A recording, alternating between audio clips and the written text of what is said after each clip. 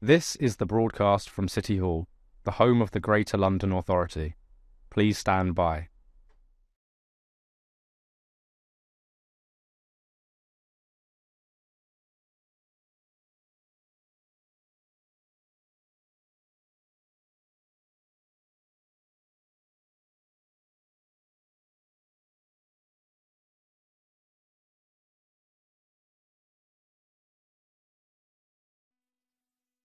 This is the broadcast from City Hall, the home of the Greater London Authority.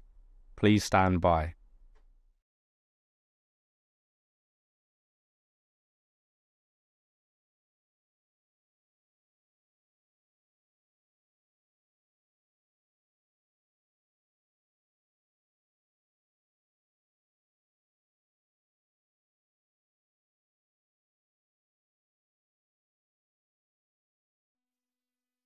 This is the broadcast from City Hall, the home of the Greater London Authority. Please stand by.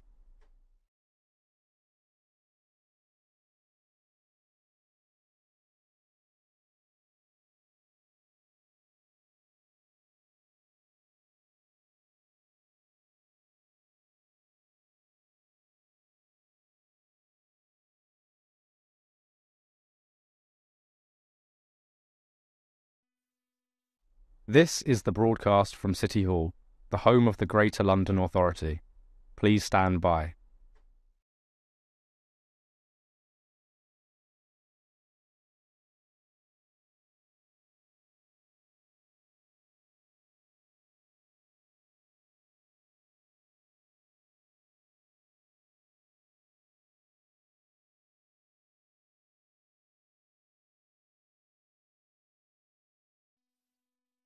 This is the broadcast from City Hall, the home of the Greater London Authority.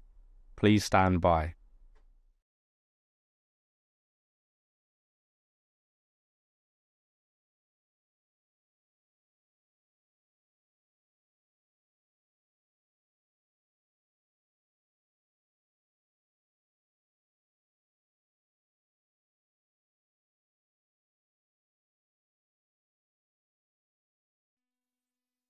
This is the broadcast from City Hall, the home of the Greater London Authority. Please stand by.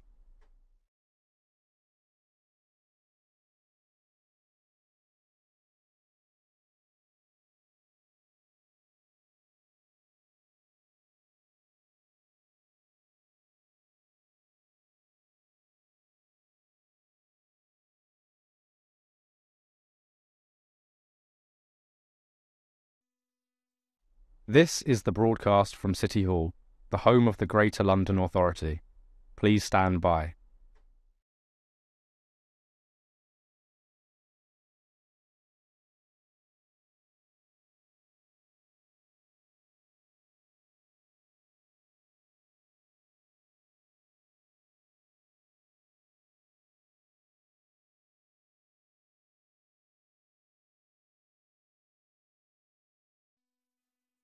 This is the broadcast from City Hall, the home of the Greater London Authority.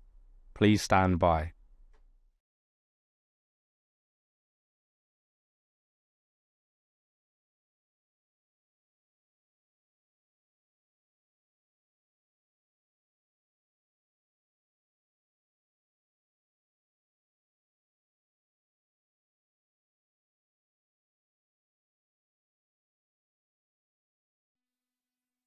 This is the broadcast from City Hall, the home of the Greater London Authority.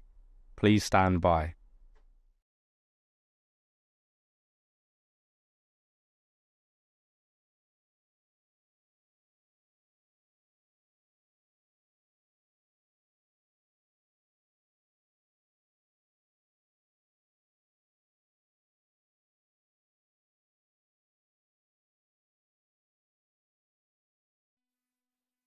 This is the broadcast from City Hall, the home of the Greater London Authority.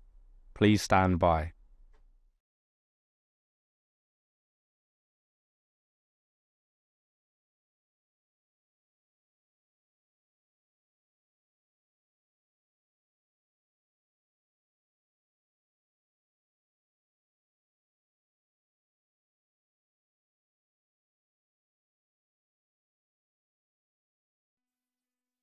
This is the broadcast from City Hall, the home of the Greater London Authority. Please stand by.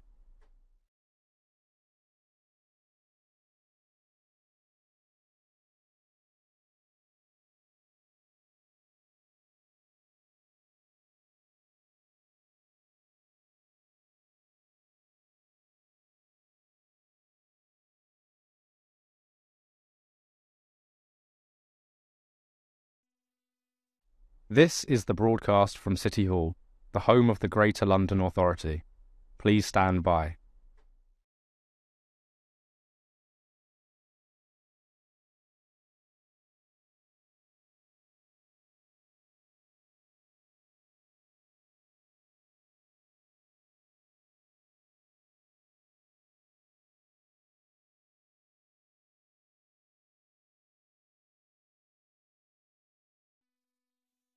This is the broadcast from City Hall, the home of the Greater London Authority. Please stand by.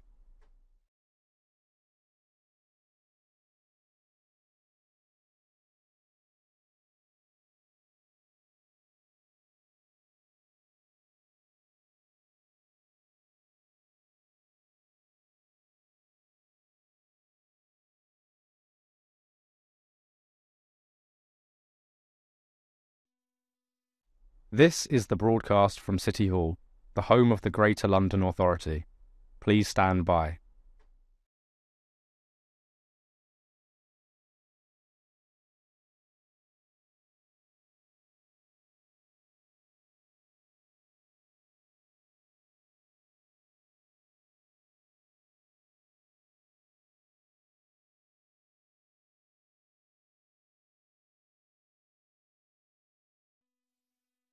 This is the broadcast from City Hall, the home of the Greater London Authority. Please stand by.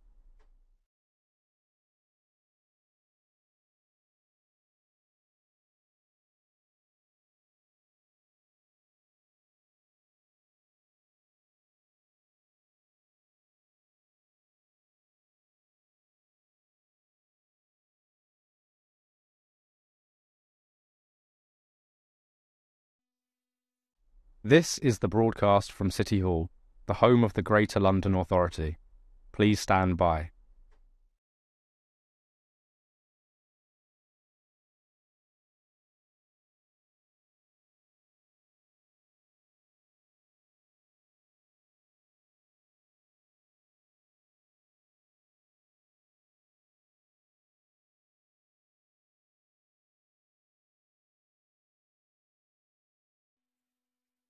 This is the broadcast from City Hall, the home of the Greater London Authority. Please stand by.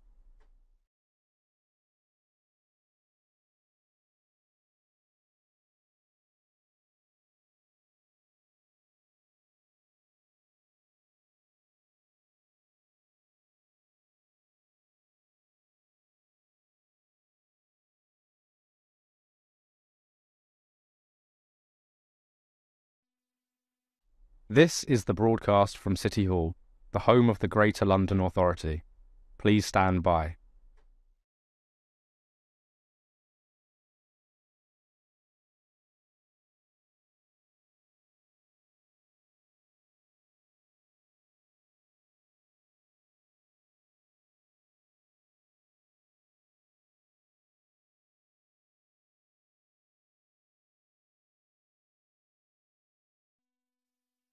This is the broadcast from City Hall, the home of the Greater London Authority. Please stand by.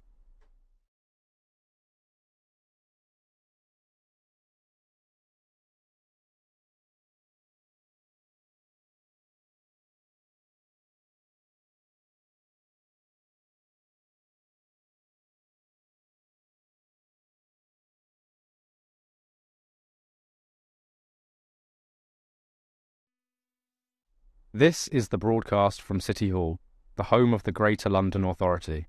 Please stand by.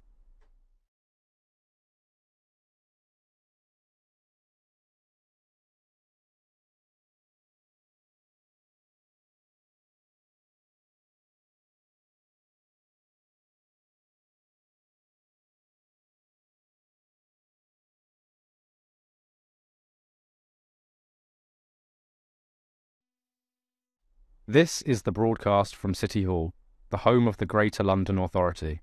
Please stand by.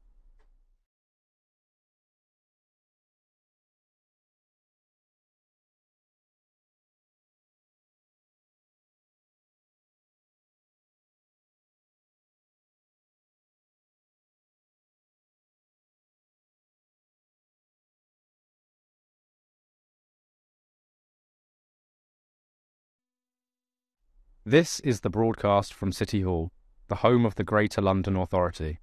Please stand by.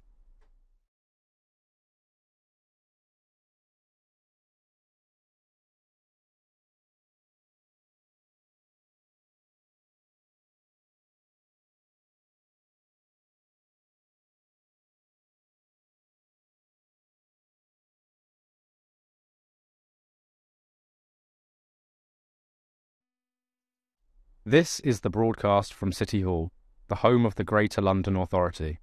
Please stand by.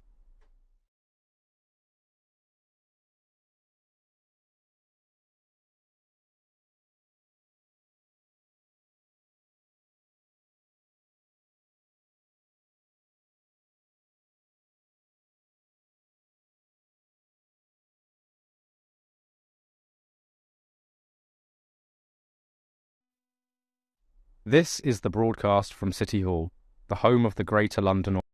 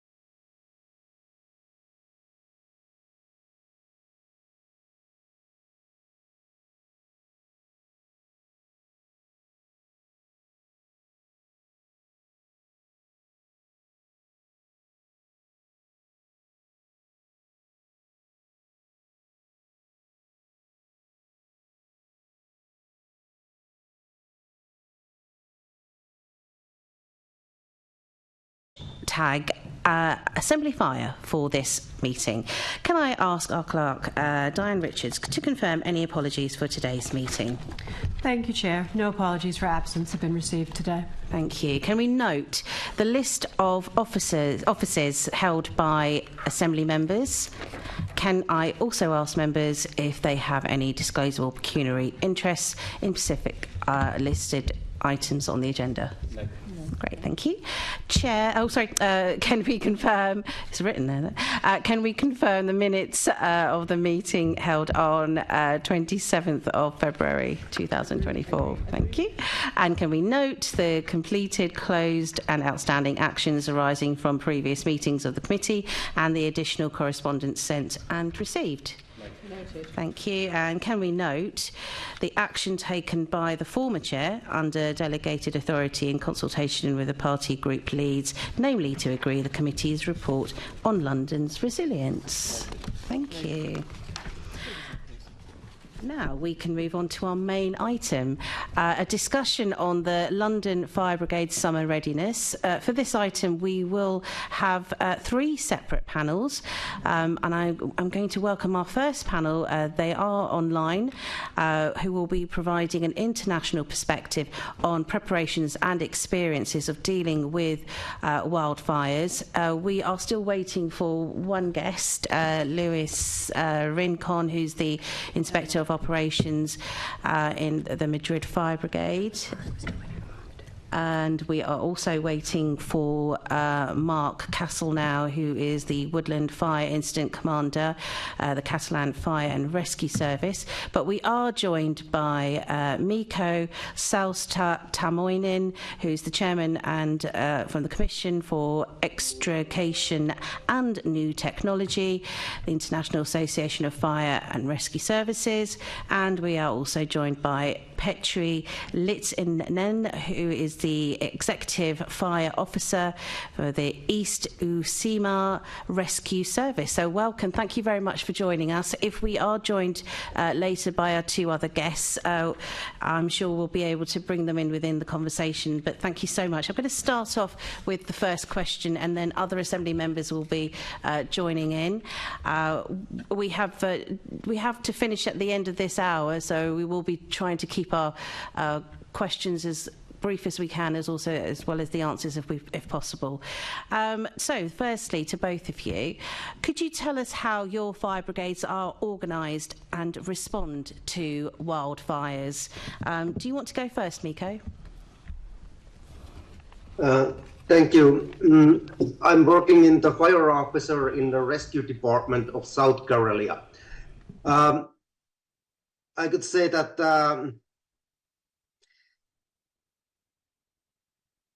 if we are responding to fire, there is no any. It's like a normal routine that normally in those stations there are, which are professional firefighters. They have their commanding officer and 3 to 5 firefighters, and we have some. In summer times, there will be approximately 1 to 5 calls per week. And there are small fires we can deal like in 1 hour. So I can say it's not a big deal. But on the other hand, there are also the big fires, and I am going to tell about those later. Petri, would you like to come in? Yes, thank you, ma'am. First of all, East Uusimaa Rescue Service lies by the southern coast of Finland, just next to Helsinki, or let's say east of Helsinki. And like Mikko told, in fact, in Finland we don't have any special groups or vehicles for forest fires.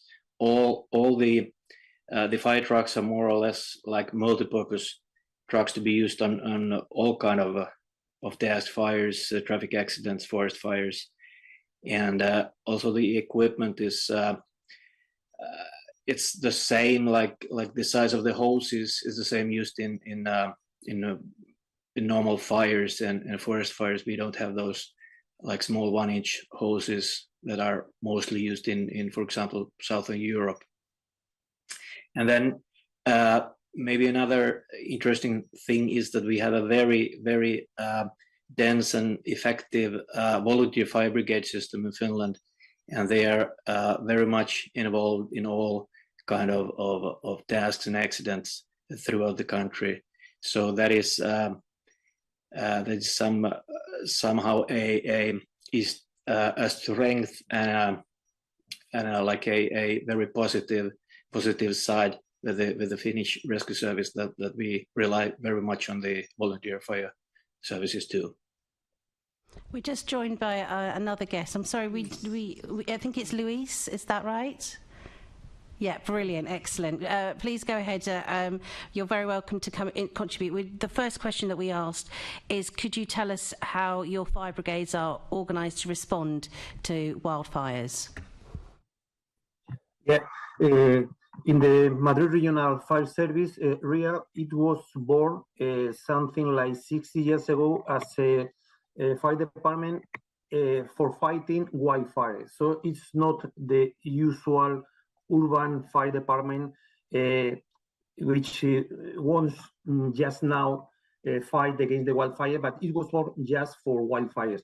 After 20, 30 years, we start to fight urban fires and so, but we are kind of completely adapted to the fighting of wildfires or forest fires because we were born just for it. There are just 1,500 firefighters, professional firefighters. In winter, there are something like 300 people on duty every day, but in summer there are 600 of them only in the Madrid region for wildfires. In Madrid city, there is in the capital there is another fire department, the same size, something like 1,300 firefighters in them, but only for capital city. But the rest of the region, there are 21 fire stations in winter, but in summer there are we are in all the territory. We spread all the territory, and there are something like 65 small fire stations in order to cover all the territory. So in summer, we are just doubling, even sometimes 3 times more people than in winter, with special vehicles, with special gear or suits and so, and specifically for trying to cope with wildfires. Thank you so much. It's so important that we are having this discussion because of the increase of wildfires here in our city in London. And so we're going to focus on just in-depth questions now from our other Assembly members, starting off with Assembly Member Cooper. Thank you very much, Chair, and good morning to our guests. And we do really appreciate you joining us because obviously the temperatures in Spain and also the level of forest in Finland mean that your experiences are extremely valuable for us, and we're very happy for you to be with us today. And I believe, therefore, that we are into your wildfire season in both countries. So far, we've not particularly been having issues this year in the UK. Actually, it's been extremely wet this year, so the chances of fires breaking out is relatively slim, I think. But I just wondered if you could talk us through about the preparations that you make earlier on in the year. And I think, Luis, you talked about the number of firefighters changing. Are there other changes that you make earlier on in the winter or the autumn or even the spring period? Yeah, the only adaptation, because the whole year round we are fighting all kind of accidents and fire and so when we are reaching the high season, forest fire high season, the only thing we try to do is putting on the territory the heavy machines, because we fight the fires not only with hoses and trucks and so, but with heavy machinery in order to cut the spread of the fires. And we are introducing every week another airborne resources. In fact, we have 12 helicopters in the region, but only 2 of them are on duty all the year round. In May, we start to introduce another one. That way, we have in the five high season months, we have the 12 helicopters fighting the fires, and the whole year only 2 of them in order to coordinate some operation and for mountain rescue teams and some kind of fire. And the other thing is that just the month before the high season, usually in May, we try to have some special training for the people who are going to work in summer. So we try to make in practice exercise practice with not only with firefighters but with forestry fire, working in the mountains with the police and so, in order to be sure that in the first high or big fire in summer season, we are completely ready for it. So it is kind of exercises the month before, usually April, May, in order to be ready, and the contracts for the helicopters and so, because the helicopters working for the fire department are not property of the fire department, but they are private contractors. We are hired for 5-6 months only in summer, but the rest of the fire station are just the same. Only in summer we are increasing the number of people working, and we have to put in place some infrastructure and a small fire station in order to be sure that in May we are covering the whole territory in order to be the closest possible to the spot. Thank you. I gathered from your earlier remarks for our Finnish colleagues that you don't take quite that approach. I wondered if you could tell me about the relationship between the rural areas where there might be more heavy forest and the urban areas. Obviously, Helsinki is an international city. We had some bad experiences on the edges of London where there was some very difficult circumstances where there was very serious fires. How do you manage that interface between the urban area and then the more rural, where you've got trees or other vegetation coming up close to where a lot of people are living? I don't mind which of you goes first. Okay. If I may answer. First of all, when talking about forest fires in Finland, we have to remember that we are not facing the same kind of problems like the southern part of Europe or even the Central Europe. This year, there's been some 1,600 forest fires in Finland, but the size of the fires is very small. The average size is something like 0.3 to 0.4 hectares per fire.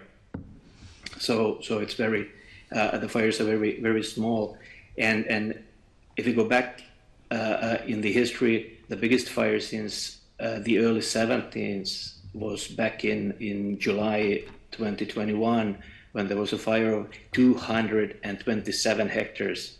I mean, talking about Spain, that's nothing, but it was a big fire for us.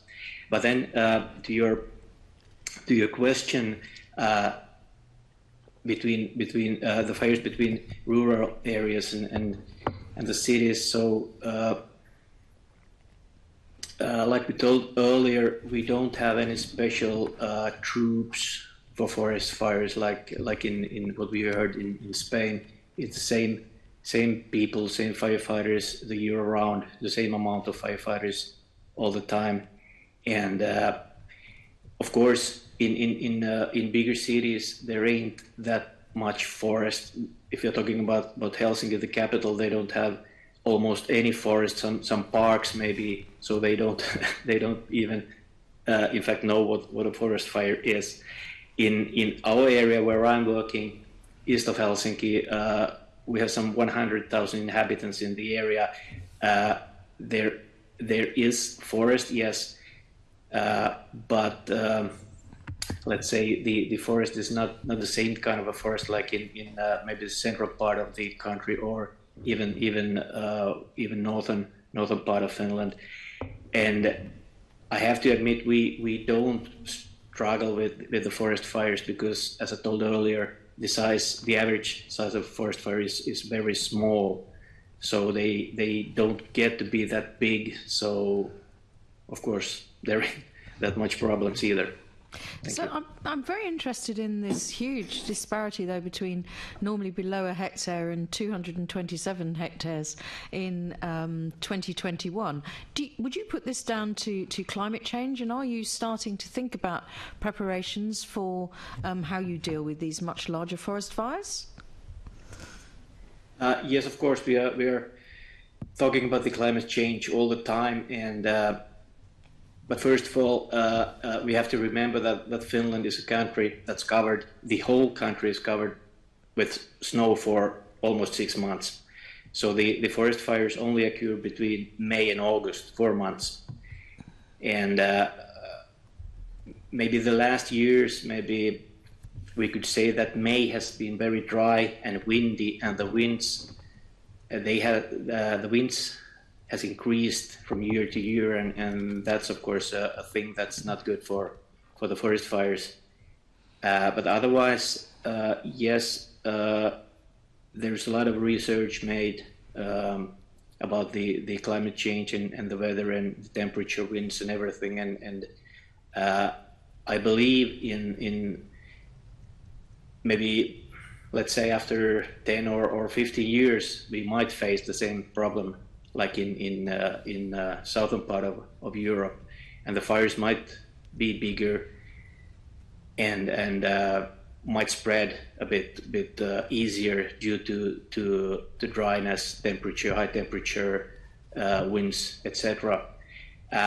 What we are doing in Finland, we don't have our own airplanes. We are relying on the military and the border guard helicopters.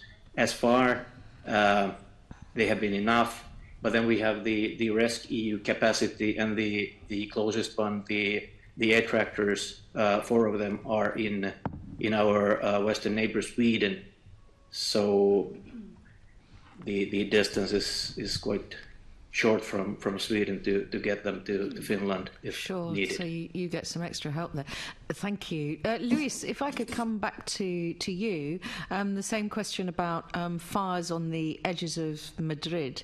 Do you use different kinds of techniques, and do you use different protective equipment for firefighters when they're fighting wildfires as opposed to other kinds of things that the fire brigade might be involved in buildings? Yeah, in fact, about the equipment is completely different. The heavy suits we use in structural or urban fires, we don't use them in wildfires because it could be kind of extreme thermic stress for the firefighters. So we can fight the fire with that kind of suit. We have more lighter suits in order to fight against the wildfires. But it's not here in Madrid region, but in whole Spain, all the Mediterranean area, Italy, Greece, the south of France, and so all people use very lighter suits because if not, it's not possible. Today, here in Madrid, not in the south of Spain, but here today are 21 Celsius degrees, and it's not a very extreme temperature today. So we have to use very, very light suits. The tracks are completely different. The suburban tracks for fighting the fires are different of those who are used for fighting the fires in a house, something like that. Are vehicles smaller with the same amount of water, but the smaller in the chassis, in the structure, and very, very useful for go in the countryside. And so, in fact, we don't have extrication or rescue tools in those tracks. We don't have breathing apparatus in them, so they are specific for a fire. When the approach when we have to deal with the forest fires is a really quick response. We have a response with helicopters in 12 minutes from the spot and 20 minutes with the trucks from the spot. So, and the first response is always 3 trucks and 2 helicopters, even for very, very, very smaller fires.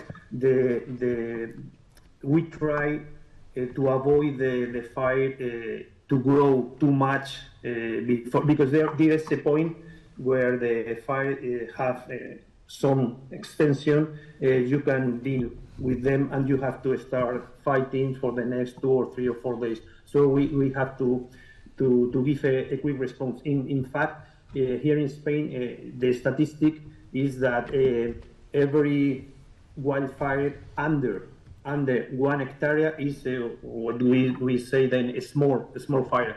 And in Madrid we have the 93% of the wildfires are smaller than 1 hectare. The first response, because we can't we can permit in our countryside.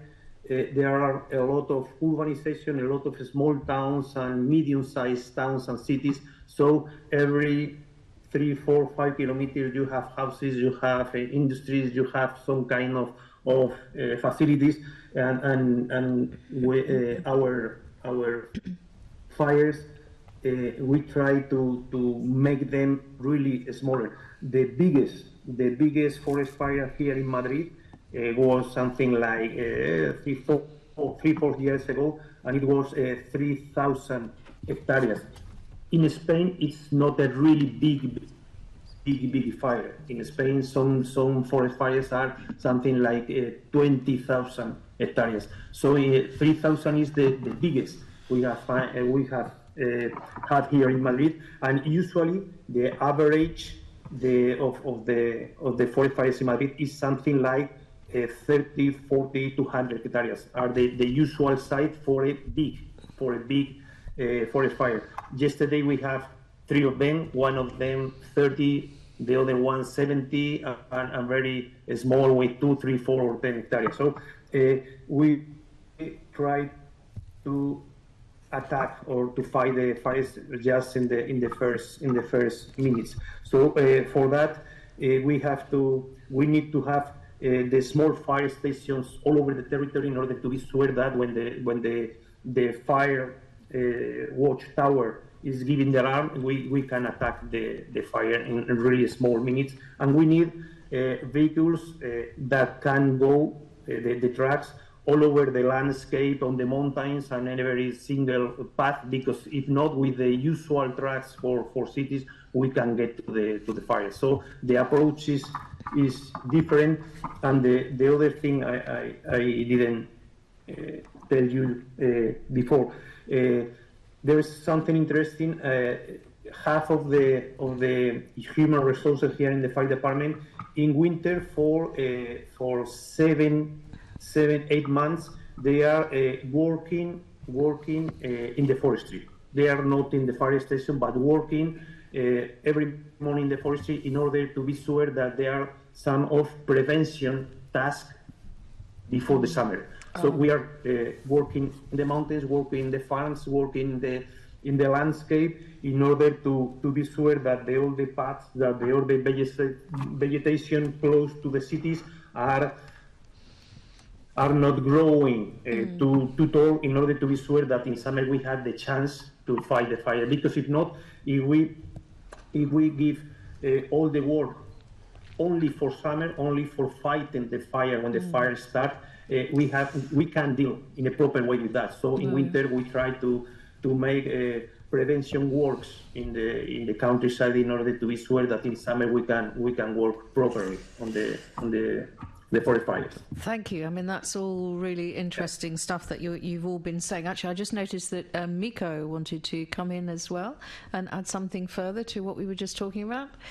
Yes, before I forgot, I live in the eastern part of the Finland, and I also work in here. And what we got in here, we have a lot of forest. And during the heat waves, we have a producer when the Cessna airplane is doing the surveillance flights, and if they find out, they send an information of it to the commanding center or the dispatch center and send the coordinates of the fire. Mostly they are caused by the lightning. As Petri mentioned, that there is not kind of problem with the climate change in Finland. When talking about devices, I sent you my presentation, what I used in Oslo a couple of weeks ago. And the end of the presentation was very interesting device. There was a Ponsse harvester, and they have developed in Finland a new kind of system when you can use the harvester itself, that they add container on it and they use like in forest fires extinguishing system, and also you can use it as a normal harvester also. I was witnessing that myself 4 years ago in Finland, and we have a big fire. There was a forest and peat fire, and this device, it was its premiere in there, and it's working. I don't know details of it, but if you search it on the internet and you find it out and Ponsse firefighting system, you will find more information, but it will be end of my presentation. Also about the drones, I mentioned it, that even if there is just a suspicious of fire, they use drones nowadays, because as I said, we have a lot of forest, and it's a reasonable use in the first case before it's coming too large, and if it's large, we use those drones.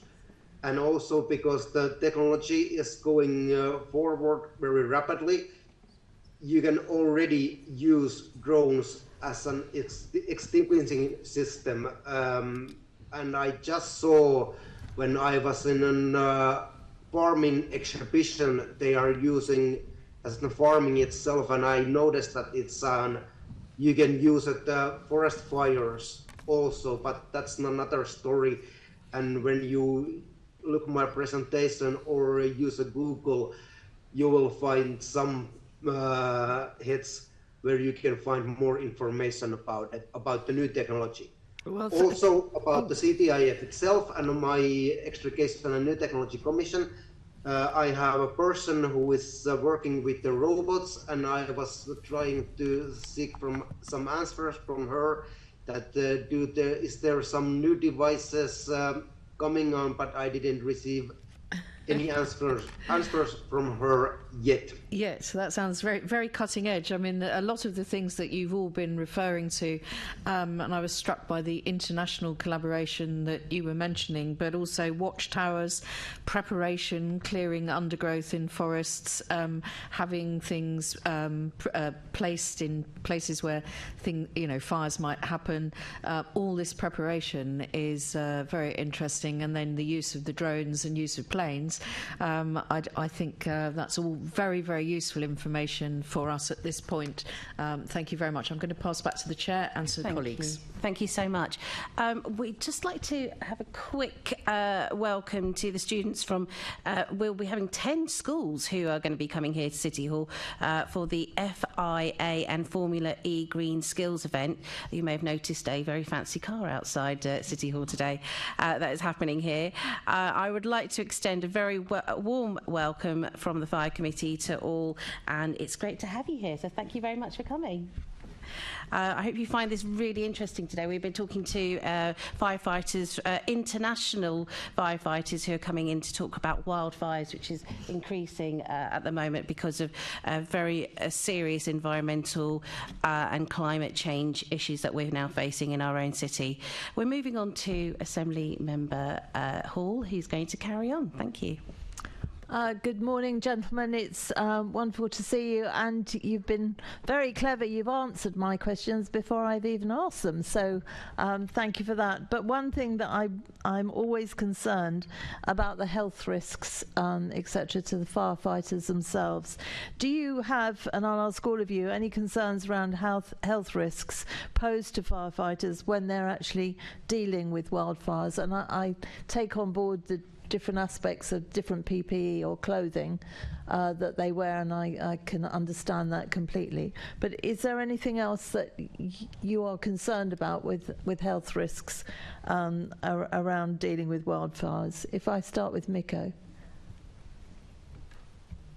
I think that Patrick should answer first, and I will continue if necessary.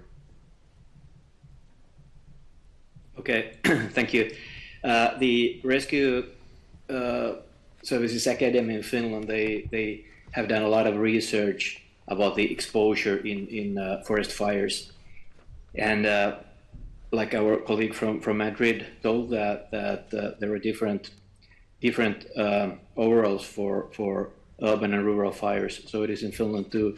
The heavy Nomex suits are only for like fires in buildings and stuff like that. and then the lighter ones for traffic accidents and forest fires. But the latest research done by the Academy showed that there should be, under this light overall, you should use long sleeves and long long johns under that suit, so the exposure would be minimized, and all the dangerous particles coming from the fire would not go into your skin. So that's maybe one point. And then also the breathing apparatus that's used in Finland, it's a motorized mask. So we don't use those one-time face masks, but the motorized, and then you just change the filter or filters. There are two filters in the mask, so that gives the best possible. So you don't get the particles in your breathing either.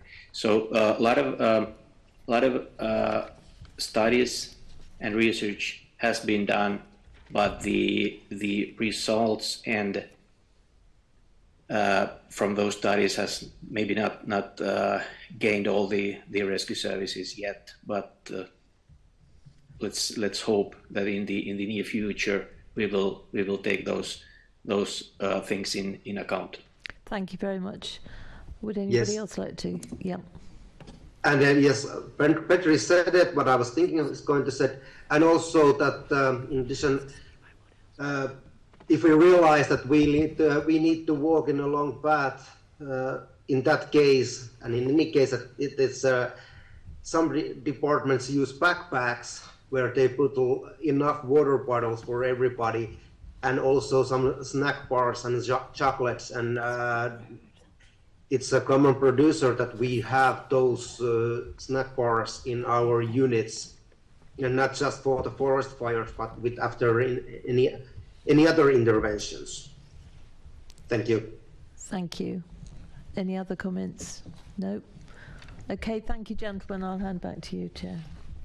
Thank you so much. I really appreciate the fact that we've got experts from around the world here today to give their insights. I'm very happy just to, because we have a few minutes extra here, if you have any closing comments that you'd like to make about the increase of wildfires and how, just to make sure that we are fully prepared, any final comments from any of you would be most appreciated.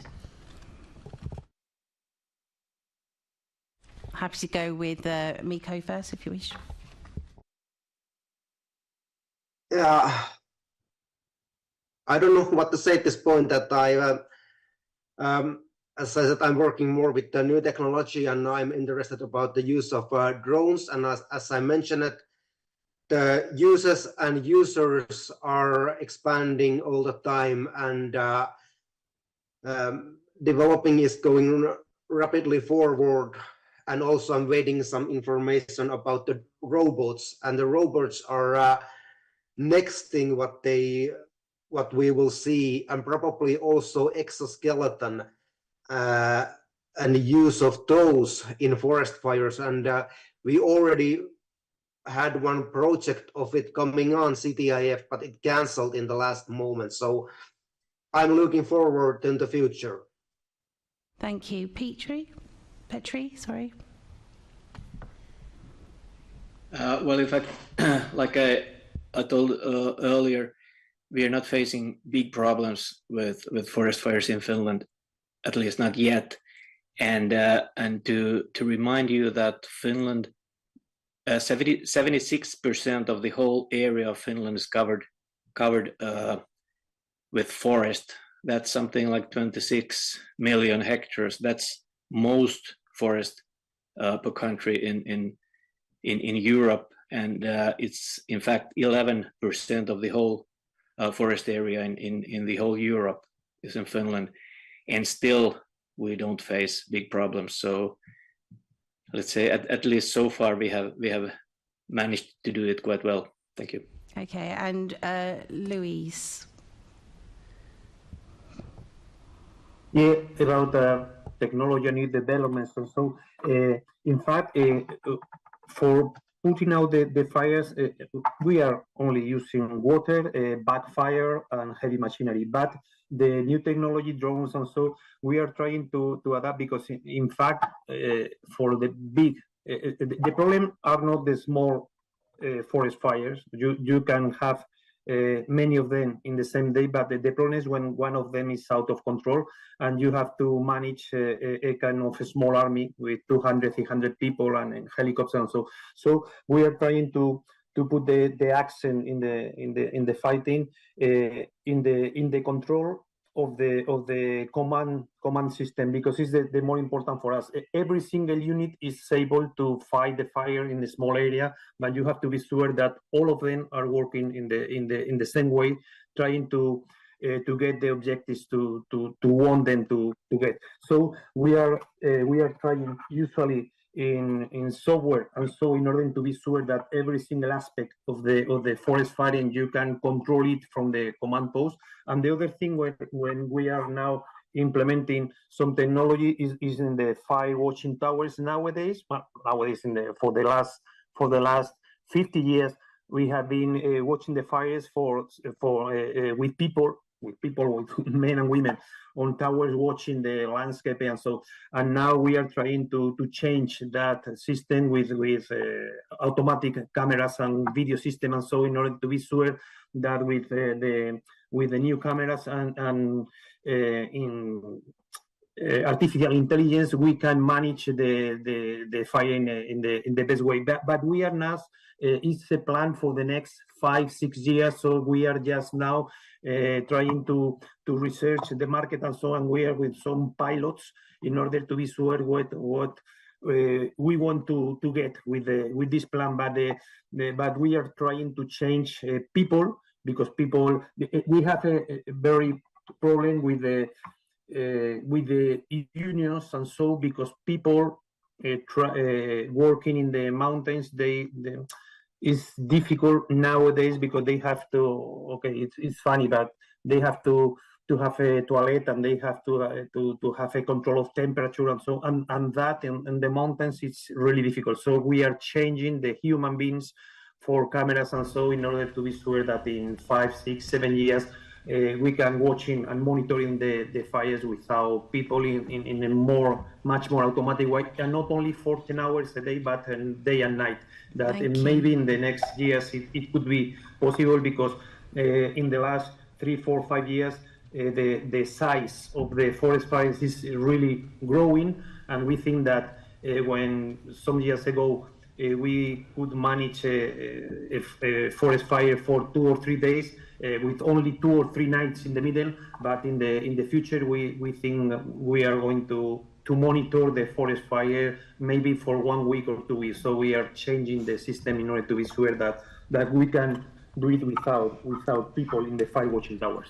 Thank you so much for your contributions today, and particularly hearing about the continued ways that you're adapting and moving towards technology that is also moving at a fast rate as well. So we really do appreciate everything that you've said today. It's going to really help with the rest of the contributions that we're going to have later today. So you're very welcome to continue watching the remainder of the meeting on our webcast, but we will now adjourn for 5 minutes to change panels. Thank you.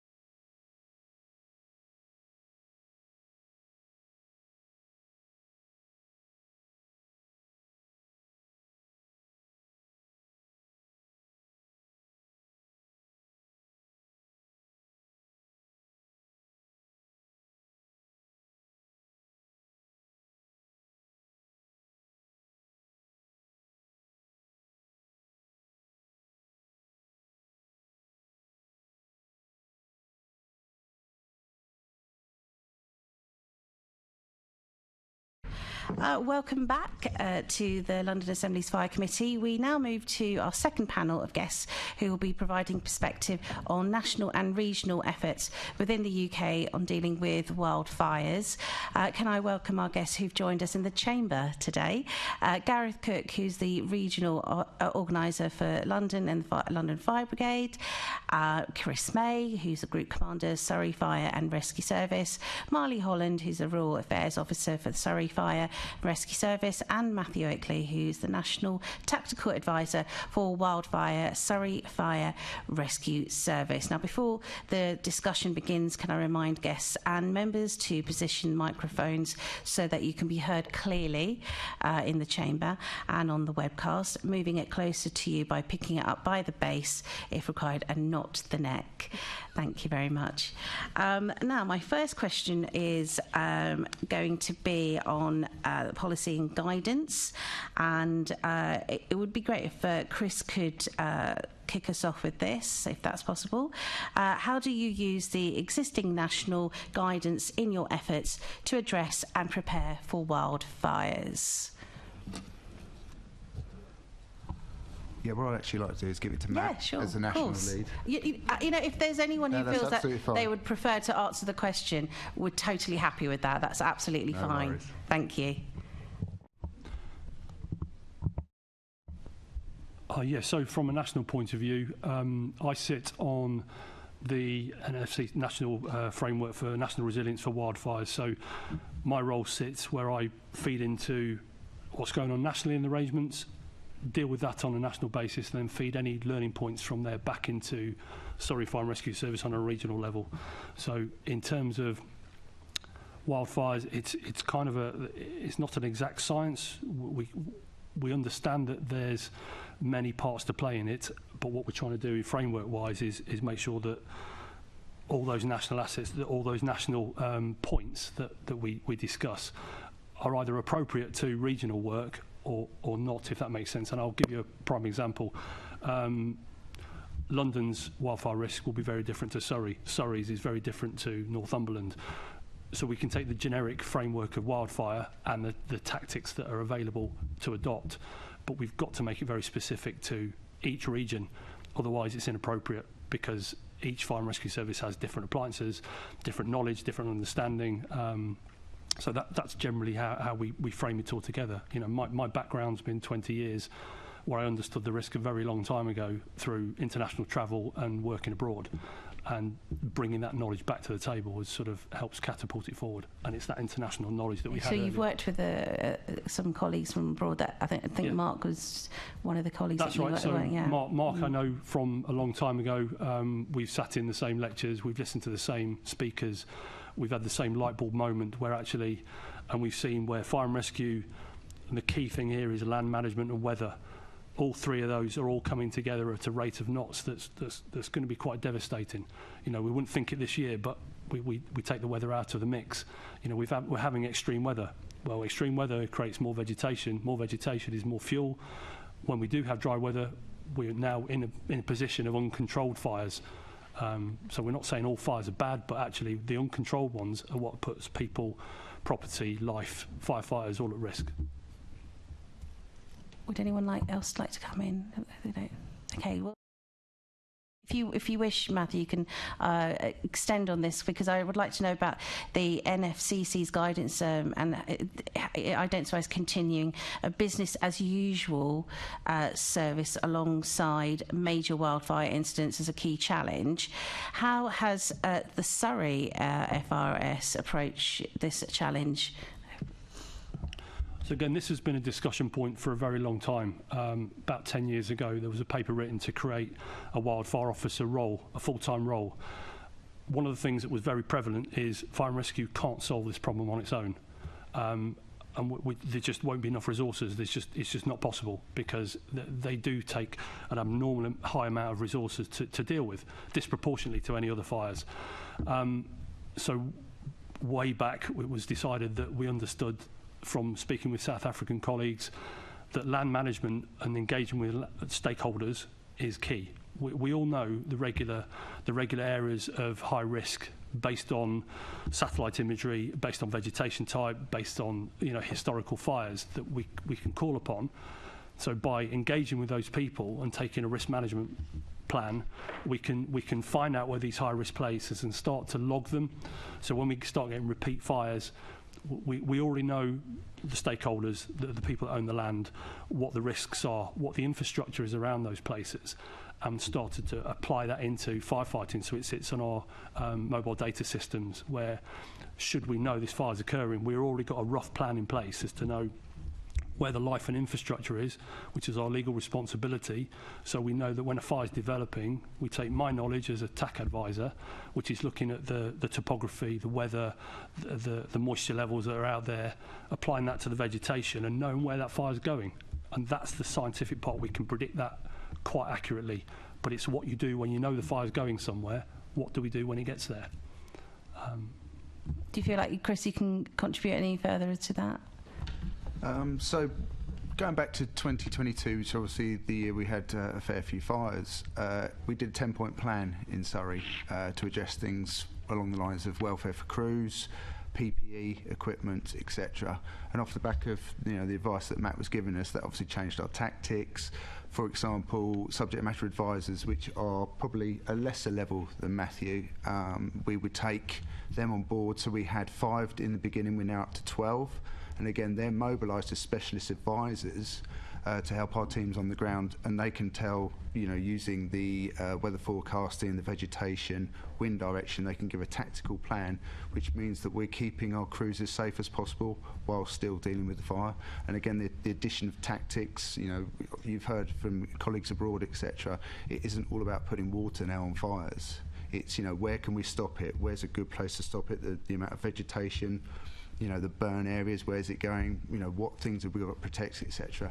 And that's basically my role, is to make sure we've got those all imparted into the service. Thank you. I'm very happy to take any other comments. Marley, if you wish to make any edits. I will encourage people to talk, so please do. Thank you very much. I'm going to move on to Assembly Member Clark, who's got some additional questions. Thank you. Yeah, thanks so much. I'm going to start with the FBU. Good morning, and good morning, everyone. Gareth, the FBU has called for a UK-wide wildfire strategy for fire and rescue. What would you like to see in it? Okay, well, I can answer that one quite swiftly, I guess, and that's really the correct level of funding to allow the research to take place, to allow the research will obviously give us the equipment that we need, the tactics that we need. As you've seen today from some of our international colleagues, there's a lot to be learned. Climate change is very real. I've spent a lot of time in the outdoors outside of work, and I've seen it changing all the time. This year in particular, we've seen the difficulties with, you were talking about wildfires, but I think we can all see that there's going to be issues with flooding as well this year. There's all sorts of issues at the moment, and we need to be agile. And for me, as a member of the Fire Brigades Union, at least as a representative, trying to enforce almost that agility within fire and rescue services by being the check and balance is really important. When the wildfires first came along, my opinion, we saw a reasonably basic response to it with, can we stop with disposable barbecues? So we went straight for the obvious thing. I say in London, 47%, as we know, is green space within London, which is quite an interesting statistic, because a lot of people wouldn't think that. They would think of us being particularly built up and urban. So I think we also need to work with the public to get the public more aware. We saw a huge uptake in our green space during and after the pandemic. I think it's fantastic that Londoners are using that space. I think it's really, really good, it's really important. I enjoy using that space myself personally. But we do need to protect it, and every Londoner has a responsibility in there as well. So that's a very broad answer, but that's kind of where we are. It boils down to funding agility and doing what we can to prepare ourselves for climate change. I thought one interesting thing you said, Matthew, that I think something that was said in one of these meetings about a couple of years ago was around the equipment the LFB have going into wildfires, and that at the time they didn't have the correct vehicles to go into kind of a heath being on fire or something that would require an off-road vehicle. And you made a very interesting point that different fire brigades will have different equipment. And to what extent do you think, I mean, this might be a bit theoretical, but to what extent do you think the need matches what they have? Because it comes back to your point about funding. Do you feel that with the national strategy there could be something in there about matching what equipment is needed in which location? The short answer is yes. To bring in what Gareth was saying, a colleague of mine there's just been a recent secondment to National Resilience, and he's been put there to try and coordinate nationally training based, so to try and put a base level of understanding that's in place that people can adhere to, because it is an unknown commodity, and wildfire strategies and wildfire fighting is a different entity altogether. And I've been banging the drum about the rest for a very long time. The vehicle wise, I don't think you're ever going to get any parity across the UK. It's sometimes the difficulty is Surrey is a very wooded area with lots of some of the world's finest lowland heath that's protected. And one of the problems you've got is when this vegetation that we've got in abundance meets scientific protected areas, that then backs onto millions of pounds worth of housing stock and fuel pipelines and overhead power lines that's national grid infrastructure. Our response, it has to be quite rapid. So we've got very small pockets. The areas of the land we're dealing with are not massive by international standards, but you only need to look at the M3 corridor. If we shut that at any point, the impact is millions of pounds to the economy. So when we do this, we've got train lines running through. So when you run trains running into London, start running through Heathland, if we have a fire and ignition, we've got to understand that the knock-on effect can be massive. So we've designed the vehicles that have been from the floor upwards. So we've kind of taken a base level of Land Rover open flatbeds that are on a skid plan basis. So the idea is whatever time of year, it's about using your money effectively. So we've now got they've got a multi-use. So all the fixing points in these vehicles, in the summer months, we can take the equipment out and bolt it into any vehicle. It's like a universal fittings. And then in the winter with flooding, we can do the same thing. We can take the summer wildfire units out, use the same vehicle. So it's about using the money effectively and using it sensibly to mirror the risk, which is where the generic nature of wildfire vanishes, and the area-specific use of funding has to meet what your infrastructure is. And these wildfire tactical advisors, I haven't met one, so they sound very exciting. What role do they play in this? I mean, do they help advise? Are they there also to support? Are they there to kind of advise on future fires, or what role do they play? So on a day-to-day basis, my role is to support Surrey. Yep. So we've taken the stance, or Chris has put in place the stance, that actually to get that tactical awareness to firefighters on the ground to help control what can be quite chaotic situation in the first instance, because you're taking a huge amount of topographical areas and trying to put some controls in place. And as the previous speaker said, it's like mobilising a small army. Mm-hmm. That's Surrey's base response. Then from there, should we have something like Saddleworth Moor or fires on the edge of London, if each region stands up and says, we're now stretched to capacity, we need some tactical response, then they can mobilise National Resilience, request one of 35 National TAC advisors, of which I'm one, and I've been given authorisation to self-mobilise to the region and provide that tactical support. But interestingly, what's coming on from there is it's all right having the tactical knowledge, but when you get there, you've got to be able to implement it. And that's where the National Resilience training strategy is coming in, to see whether we can't put nationally trained burn teams in regions across the UK and flail teams, which is very specific behaviours. You can't just let someone loose with a drip torch in the middle of an open area. It doesn't work. But if you've got these pods of people that have the knowledge that can mobilise, as we did internationally a few years ago, then we've got a better ability to help each fire and rescue service from a national perspective. Yeah, that's great. I'm going to come back to Surrey Fire and Rescue and whoever can answer this question. But given the unique geography of Surrey and your lowland heaths and trains running through and that sort of thing, how do you engage with the public and local residents and key stakeholders on basically how to not just keep themselves safe, but to keep keep the area free from wildfires? I think that's definitely Marley's question there. Marley? Morning everyone.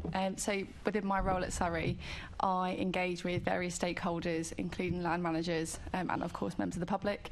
So I help to raise awareness of wildfires and just in terms of public engagement, things like that, address concerns where necessary. I attend regular borough council meetings, parish council meetings, and wildfire is normally a top topic, if you like. So I address their concerns there. We also have a wildfire prepared literature available within Surrey, which gives residents information on how to protect their properties from wildfire, as that's something they are cautious of. And within Surrey, we have lots of rural areas that there are properties and residents nearby, so it's important to keep them in the loop as well. So also within Surrey Fire and Rescue Service, we also have like WhatsApp groups with the land managers. It's a really quick and easy way to get them knowledge from our instance, so I can let them know what's going on. They can then get to site really quickly.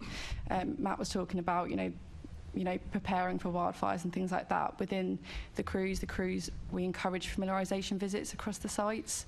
So within Surrey alone, we have 37 risk sites. So they are all based on high, medium and low risk, and that is based off previous incident data. So we encourage crews to attend, meet the land managers, get familiar with the site. We're talking about vehicles going off site, getting used to the vehicles, just in case, should we need to attend, we know what we're doing and where to go. Great, and I think the key thing you mentioned at the beginning is attending council meetings, getting to know the stakeholders. I think it's one thing that we've had from the culture review that I'm sure you're very familiar with. But one thing we've had in London is that engagement with our borough commanders into the local councils, into local communities, and I think it does make such a difference when you're in an emergency situation that we have trusted partners and working collegiately across the board. But when it comes to where London meets the rest of the country, I know when we had wildfires last summer and the previous summer, there were several days where crews were called from outside of London to support each other. And how do you think? I guess I suppose, is there anything you'd like to be happening? Either from London or yourselves to further that relationship or to further the support, so when there are fires or when you're preparing for fires, how we sort of get on with our neighbours between London and outside of London? I'd actually say that the working relationship cross-border is actually very, very good. I wouldn't say there's anything that I can think of at this precise moment that would actually improve that. I think the communication channels are very, very good. We often cross borders, etc. We border West Sussex, East Sussex, obviously London, Hampshire, Berkshire. So we're very aware of that. But I think the communication across the board is actually very, very good at the moment. Okay, thank you. Thank you all. So we are actually speedily getting through these questions, so well done, team. The next set of questions are going to be on the responding to major incidents. We're going to start with Assembly Member Polanski, but Assembly Member Cooper is also going to be working together on Thanks, Chair. On these sets. Gareth, if I can just come back to the last question too, which I think is about Operation Welbeck. I think that was called, where we swap firefighters. Is it working from the FBU's point of view too? Okay, so I suppose that the mutual aid, when people have a surge capacity in the respect of how we work, from the Fire Brigades Union side, obviously we're in every region. Okay, so we would hope that all services are doing much in the same way with health and safety, which they are, and we've got the standardisation across national operational guidance. So really, it's that surge capacity part. You know, from a firefighter's perspective, if they're asked to go and serve somewhere, to go and, you know, protect the community, be it London's community, be it Surrey's community, be it Berkshire community, that's what we do, and we've done that time and time again, including seeing volunteers coming in to do that as a surge capacity role. So really, yeah, I mean, it's for want of a better way of putting it, whilst there's policies and procedures in place, I think, if I were to be honest, a firefighter will want to help wherever they can. Right. Okay, so the way that it's managed comes down to the policies, procedures, national operational guidance, making sure that we've got tactical advisors, all those bits and pieces to understand when we do need that capacity. So really, there's not that much I can add to that, other than, you know, really just to praise firefighters for stepping in the breach often, because it's a really difficult job, and you know, it requires that agility, it requires that resilience, it requires understanding.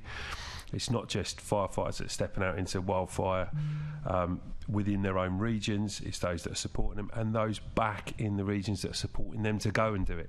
So it's a much wider picture, but we do need to be aware, really, of, you know, excuse the pun here, but the rising tide event of it all. I really don't think that we can rest on our laurels at all. We need to be ahead of the curve, and again, seeing our international partners this morning and listening to Surrey, and you will hear from my colleagues in London, there is a huge drive to get this over the line and moving forward. But firefighting's a profession that constantly moves, it constantly evolves.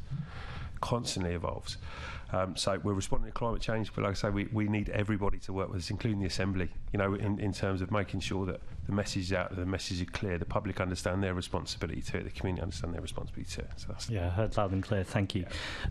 Back to what I was meant to be asking about, the major incident review. This was published pretty much a year ago this week. Has enough happened since then to get the confidence of your members that they are safe to tackle wildfires? Well, that's a good question, Zach. Yeah, I think as it's ever evolving, okay, and I would say this is ever evolving. We haven't been put back to that test, if you like, for want of a better way. I know that day was a particularly difficult day for members. I've sat with many of them that were, you know, really pushed to their limits on that day. And as we know, within London, our firefighters have been pushed harder than most years over the last decade, really. So I suppose we know that things are in place. We've definitely made some improvements and steps in the right direction. It's still yet to be tested. Right. Okay. And judging by the weather we've got at the moment, hopefully that won't be this year, and hopefully we won't get to that again. And I have every faith in our colleagues to do that, right, you know, and to get to that space. But we didn't see, although we planned for it, we didn't see what happened that day. Yeah. I mean, we'd had previous fires. When I was a borough commander in Harrow, there was a big fire over at Wanstead Flats, actually. So we thought that was probably it. As firefighters, we thought that's about as big as that's going to get. Yeah. And our strategic planners knew better, I'm sure. But for us, it's around about equipment as well, so important, and we've seen changes in that. I've myself personally been an incident commander of a fire at Feltham on the 14th of July 2018, to be precise, where we used 10 fire appliances to try and deal with the fire, and actually Surrey came along, mutual aid, and we were able to get to a lot of the issues of fire really quickly by using their specialist equipment. We've now got some of that specialist equipment, so there are definite steps in the right direction, but it's still to be tested. Yeah, I wanted to dive in on equipment more. So we've got some of that equipment. Does that mean we need more equipment? I'm always going to say I want more. Yeah, okay. And that's where we are. You know, yeah. I'm always going to want more. I'm going to want everything I can get for firefighters. You know, obviously it needs to be proportionate, but I want everything that I can get to allow them to do the job to serve the people of London as well as they possibly can. And then I guess the final bit then is training. Is there sufficient training, and has the training changed since the publication of that review? Yeah, I think training, you know, we've spoken about tactical advisors being brought in, and again, I don't want to take any thunder from the London Fire Brigade senior management, which will tell you more about that. We are pushed all the time as firefighters, especially within London. There are lots of changing priorities, changing dynamics. You think, you know, we've dealt with issues around the built environment. We've got, as we just said, there's 47% of green space. We've got to deal with wildfires. We've got to deal with flooding. We've got to deal with lots of things that are constantly coming up. And it seems like each priority is trying to nip at you the next. So we always need training. We always need focused training. We need focused training in respect of places we can train. Good quality training, good quality input, feedback, all the things that the London Fire Brigade will look at employing for their operational review teams, etc. But I will always ask for more. Until the point when I don't ask for more, I promise you I'll retire. Okay? Makes sense.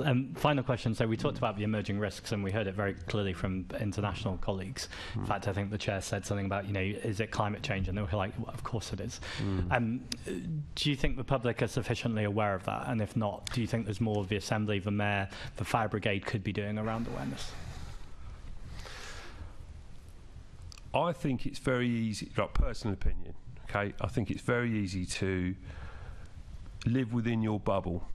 As a resident of London, as a resident of the UK, as a resident of any country, often we're not exposed to some of the levels of sort of the experience of climate change that others are. Yeah, of course we felt this got warmer in summer. We've seen this. We've seen flooding with bits of. But I can't tell you what it must be like for someone living in Cumbria. Right. I can't tell you what it must be like for someone living in Madrid. I haven't had any experience of that. I do feel that we need a huge public campaign in that space. I do feel that corporations need to be a little bit more answerable as well. I think, I don't want to come up with an exact figure, but I'm fairly sure they create quite a lot of climate issues. So again, really broad piece, new government in place. Hopefully they will be looking at these things, strategies, as I'm sure the former government did as well.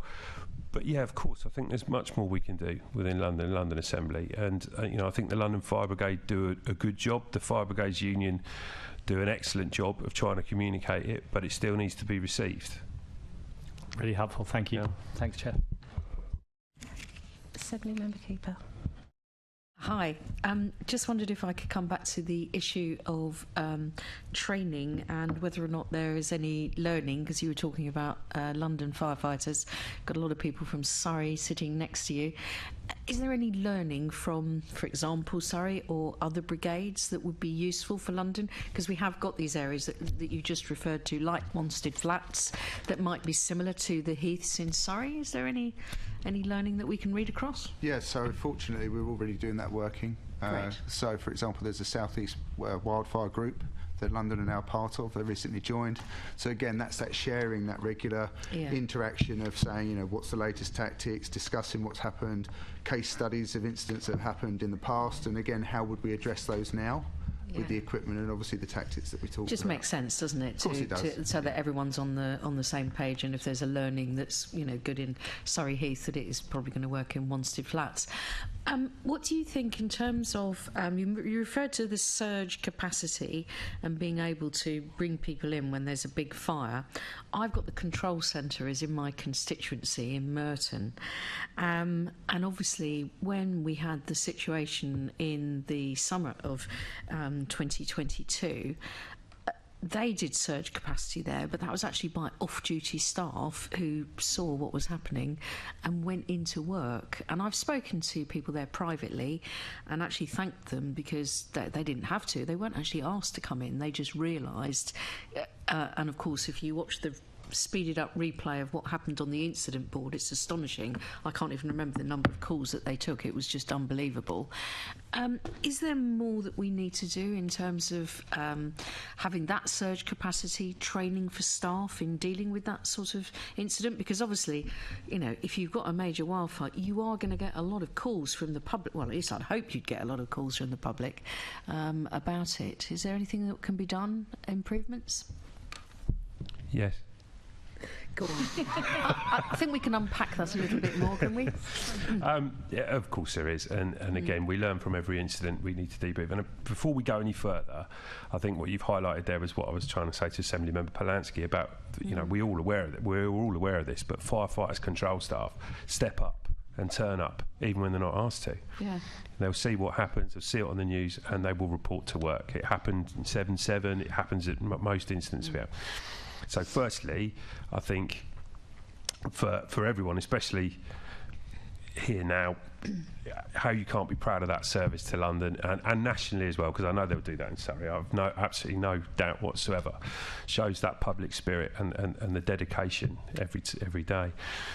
However, from an employer's side, okay, and from the London Fire Brigade side, yes, there's been talk of looking at recall arrangements. There's ways that we will that the London Fire Brigade will mobilise people in for these bits and pieces, but it does need some more detail still, and that will take its place through industrial relations ideally, but we do need to move that one forward to make sure that we can. Because I know they've been going through a lot of new recruitment, because I've actually gone to some of their pass outs, and they brought the 64-metre ladder round from the Wimbledon station so they could all have a go on that, which is nothing to do with their duties, but obviously having them seen as a central part of the fire brigade, I think, is a really important morale thing for the people who work in control, which is absolutely part of their DNA, isn't it? There, it's essential, absolutely essential, and there has been some movement towards the recognition of control staff more so over the last decade, but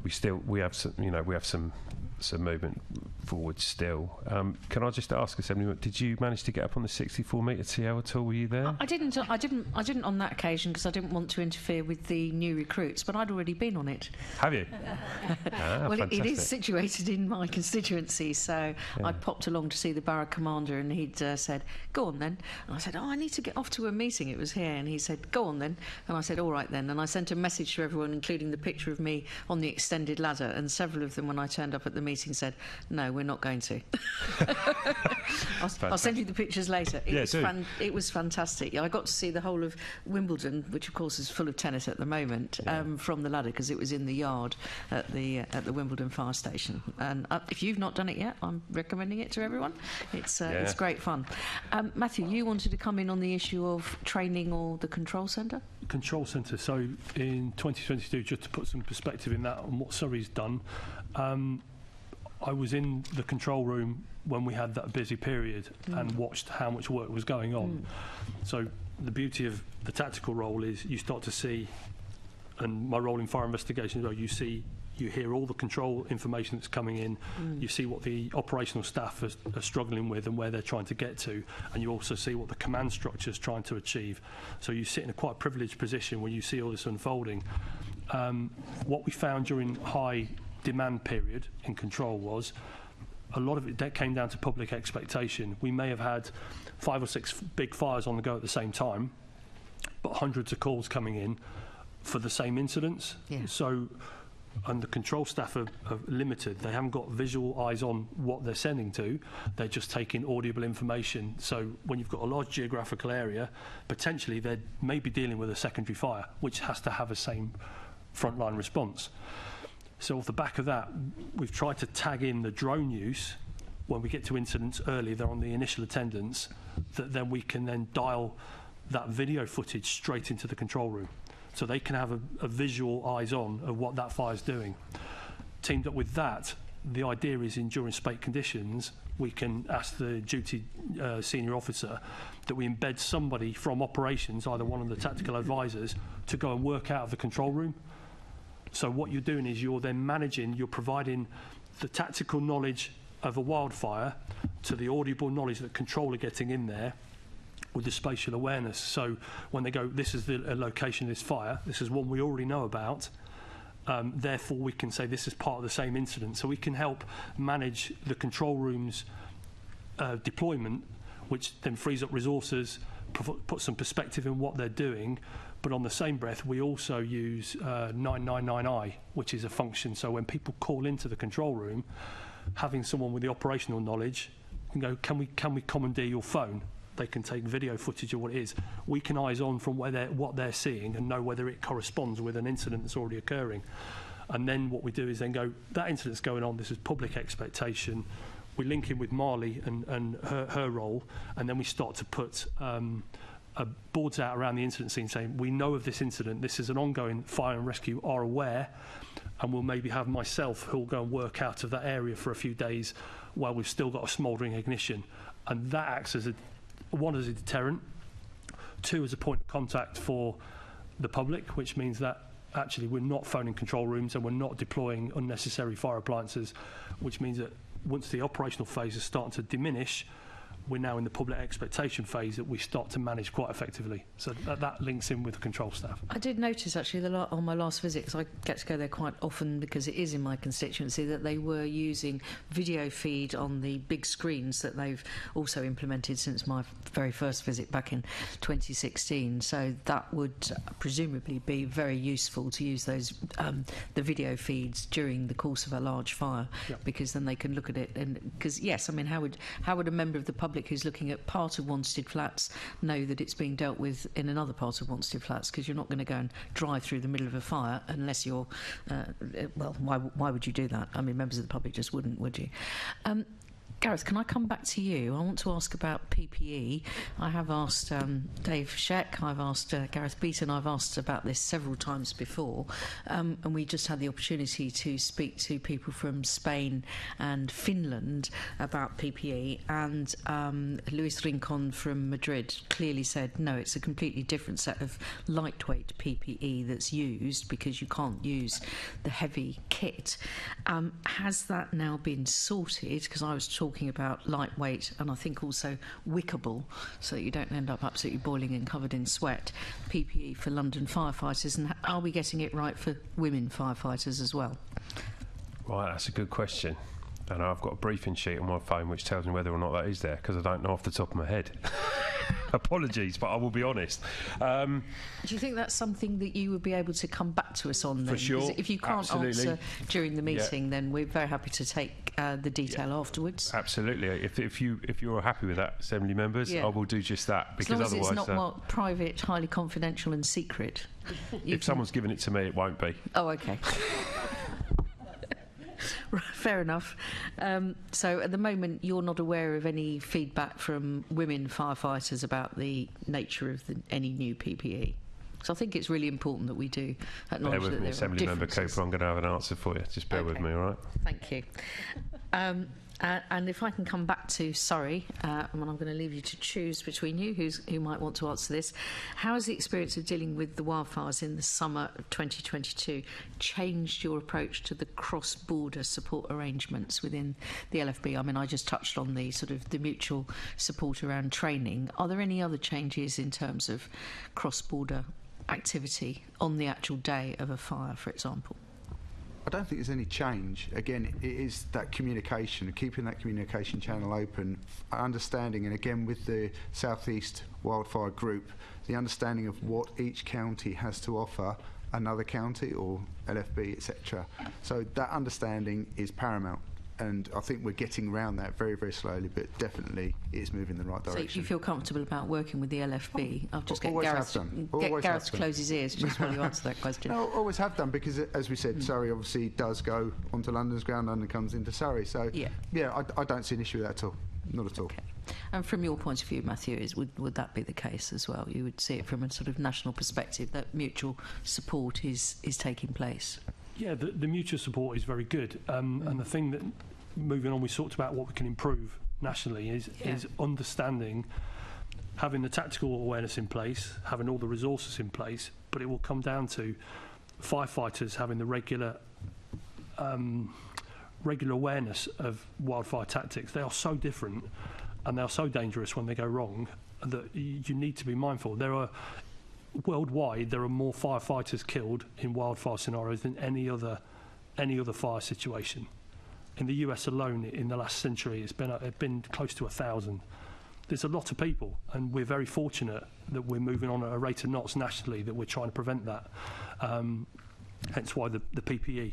But the key thing for me is putting all these things in place and then getting the buy-in from firefighters, because the tactic that you need to adopt in wildfire scenarios there's a very short sentence we use. Sometimes doing nothing is the right tactic. You know, you've got to make a decision sometimes where actually you've got to sacrifice pockets of land to achieve a greater solution. We can't relentlessly, like a building fire, keep moving towards it and keep fighting these things, because you're fighting a lost cause, and then by fighting a lost cause you're absorbing resources or potentially putting firefighters at risk. Absolutely. And all of that. So it's about, and sorry, you adopted a few years ago, I put a training package together, so every firefighter that comes through now in their initial training course gets input on the basic understanding of wildfire management, the tactics involved, a wildfire prediction system, understanding what a fire is going to do in certain situations, and regular refreshers were put in by Chris that called on me to go, right, this summer we'll train the east part of the county, well, a training package, we go in and deliver that, all the tactical advisors go and speak to the crews, and it's a top-up. You're constantly topping up knowledge, because it may be once a year a crew that's on duty at the time of a fire, that might be their only input. That might be their only fire they have to deal with, and we're going to expect them to stand up and do something quite spectacular. So you're moving from being experts, in inverted commas, about how to work with fires inside buildings and protruding from buildings, into also being experts about what fires do when they're out in the open. Is essentially what you're saying. And you must have that ability to completely rely on everybody, regardless of what force they come from, all having that same common knowledge, because a fire isn't going to understand the border between Surrey and London, is it? No, not at all. I mean, that's what the problem we find in Surrey as well. You've got so many land owners, key stakeholders. I mean, I'll give you a piece of example on a piece of military land in Surrey. There are the Wildlife Trust, Natural England, MOD, Landmark, are all players in the same pocket of land, and they've all got different expectations of what that land's for military use. We've built up a really good working relationship now with the Ministry of Defence. They understand that they can't keep having fires because they've got a legal duty to provide defence services and train troops, and we've got a legal duty to prevent fire. And in the middle of all this, we've got this bottleneck of weather systems that's causing all those days where the MOD can't train.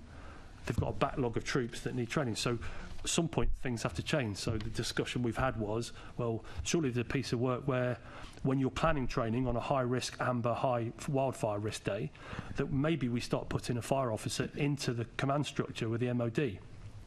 So when you're putting fire in place, we can advise and go, actually, this is really not advised, or we put a resource in there as an early response. So we're trying to cut that time frame down from ignition to operational deployment. And I'll put this caveat in: if fire and rescue have been deployed to a wildfire, we've missed the boat. This finishes with land management. If you manage the fuel, you manage the risk. That's really interesting, because in the previous discussion, I don't know whether you were available for that, but Luis Rincon from Spain was talking about fires that extend over 20,000 hectares, which sounds big to me and fairly unmanageable. But he was talking about the preparation of going out in the winter and removing undergrowth, brush, so that there's less for the fire to use later on should one happen. And I suppose they're sort of, doing that kind of preparation, aren't they? Just because they know that the likelihood 40 degrees is much more common in Spain than it ever has been here up until now. So I wonder whether I'm very tempted to get into asking you about national strategy and all that kind of area. That's not my set of questions today, but it seems that preparation is key there. Preparedness and preparation is what you're talking about as well. And we're doing that at the moment. So there's 3 key phases to our activities. There's the response phase, when we have to be ready. There's the post-season phase, where we're looking at decompressing, working out what's happened, training, and then it's familiarisation with land managers. So you're 3 phases, and we're in that phase now where land managers are starting to stand up and listen, and we go out and advise like we were yesterday, where we go, right, and it's not about removing vegetation to create bare earth and remove vegetation. It's about specific fire break areas where we're taking as a beautiful bit of vegetation here, creating a defensible space. So you're talking about removing vegetation where actually a fire will naturally, if it hasn't got any fuel, it will stop. But if we don't have any of these fire breaks in place in large forestry areas or on heathland, or when you're managing urban areas where it borders on open habitat, borders onto buildings and infrastructure, if it's not there, then the fire will just keep going till it hits something. Yes, I mean, that's what he was talking about, going out into the forests. He wasn't saying we go into the forest and remove the forest. Absolutely, it should be quite difficult in Spain, or indeed in Finland. You'd be removing everything in Finland, I think, if you did that. Thank you very much. That's been really helpful. Thank you, Chair. Thank you. Assembly Member Hall, you wanted to come in. Actually, you've managed to answer what I was going to talk about, the management. And in recent years, there's been more and more of the need for, or the acknowledgement of biodiversity, where of trees fall down, they're left there. All sorts of things are being left that never used to be left. So I was just wondering whether there's an issue there, clearing a lot of things that would hit the groups wanting the biodiversity part of that. And in more open areas, certainly councils more, instead of cutting and collecting grass, they're cutting and leaving it there, which of course when that dries, that becomes like a tinder as well. I just wondered very briefly, because you've answered that before I specifically came to it. It's about the fire and rescue services nationally understanding the needs and diversity of forestry habitats. As long as we understand that, and that's where working with Marley is quite important. They're working in Marley's working in that environment, understanding what the land management needs are, what are the expectations of that land use, and then all we're trying to do is get them to understand and respond and responsibly about understanding where our priorities sit, and protecting infrastructure and life and property. So conversations yesterday, forestry, where they're thinning out pine forestation to promote growth in the forest floor, creates ladder fuels, which then puts any ignition from the ground straight into the canopy. And we said that's fine, as long as you have it in quadrants. And at the edge of these quadrants, you've got protected areas that mean that when we haven't got a fire that can move uncontrollably across a whole vegetation system to life and property risk. So it's about giving them that advice and helping them focus their resources in the correct way, because we're all strapped for cash, and land managers particularly are bidding for money that is becoming scarce, and they've got a big area to manage, and it's becoming more expensive to do it. So if we can liaise with them on a day-to-day basis, they know where we want them to spend their money, which gives us a fighting chance when fires do ignite, that we've managed that fuel to the best of the ability, so we keep people safe. And you're giving them advice, but are they taking it? Are they actually adhering to it? Because on the whole, yeah. I mean, the easiest thing is the big players. So the big land owners, the National Trust, Forestry Commission, MOD, Wildlife Trust, big agencies have got big areas. I'll give a prime example. The New Forest is a great example of collaborative working, because the New Forest Parks Authority has overriding control. Whoever's in there has to abide by a certain set of rules.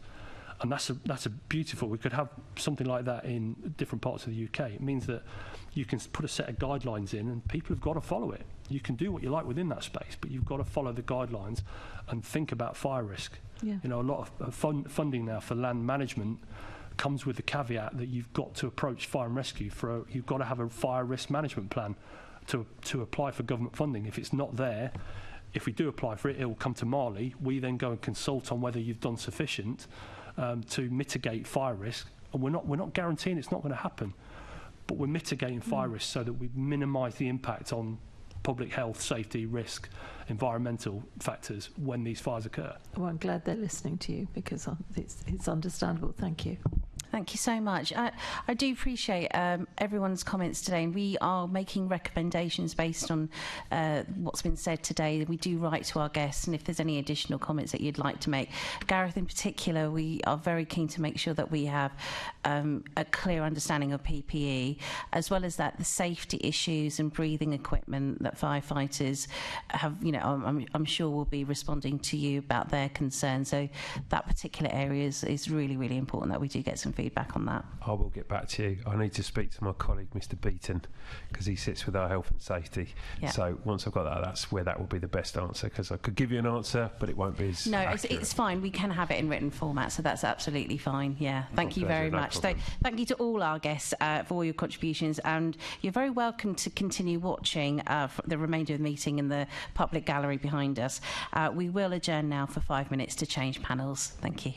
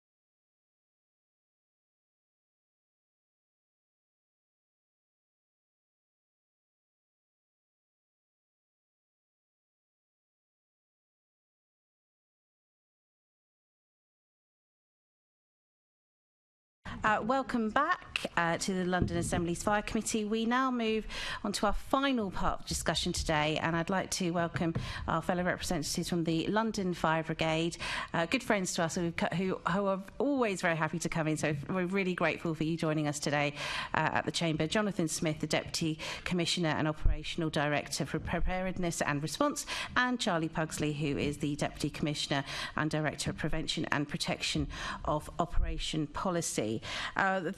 We are going to be talking very much about the questions that we've already heard from our carrying on from our other panels, and I'd like to kick off with the first question. What progress has been made in consulting the FBU on health and safety aspects of lightweight PPE? When do you expect this to be available for firefighters? You heard our last questions, but hold on, I forgot. There is an opening remarks that we want to start off with. I do apologise. So firstly, Charlie, let's start with you with your opening remarks, Jonathan, and then we'll do our first question. Thank you very much. So first of all, I would like to thank Assembly members for having us here today to discuss London and London Fire Brigade's readiness to respond to the summer weather and the risk of seeing wildfires such as those that we saw in 2022. I'm glad that you've had the opportunity to hear from colleagues, and I think both Jonathan and myself found that fascinating as well, to hear their insight and experience. And learning from colleagues both nationally and internationally has been essential in shaping our response to the events of 2022. And we've developed a data-driven approach based on what we are learning, which is about helping us to evolve the service we provide. And I think that was something that was heard from the guests earlier on, in that it is a continuous piece of learning as we go forward, and how we can take that learnings and apply it to the specific risks that we face in London. One example is learnings from nationally and also Fire Department in New York, where we were looking at vehicles and off-road vehicles that can not only move but actually use water while they're moving. And I think colleagues from Surrey mentioned the importance of sometimes being able to get ahead across difficult terrain and make an early intervention. There's also been a step change in how we work with partners, and again I think a common theme we heard earlier was about everyone's responsibility to be part of the solution, and it's not only about how we're working with local authorities but other partners to just really make sure we take a holistic approach. And I think the message earlier about trying to prevent the fires before they happen, and that's also a key part of BRMP, and we hope to be able to discuss some of these new approaches in our session.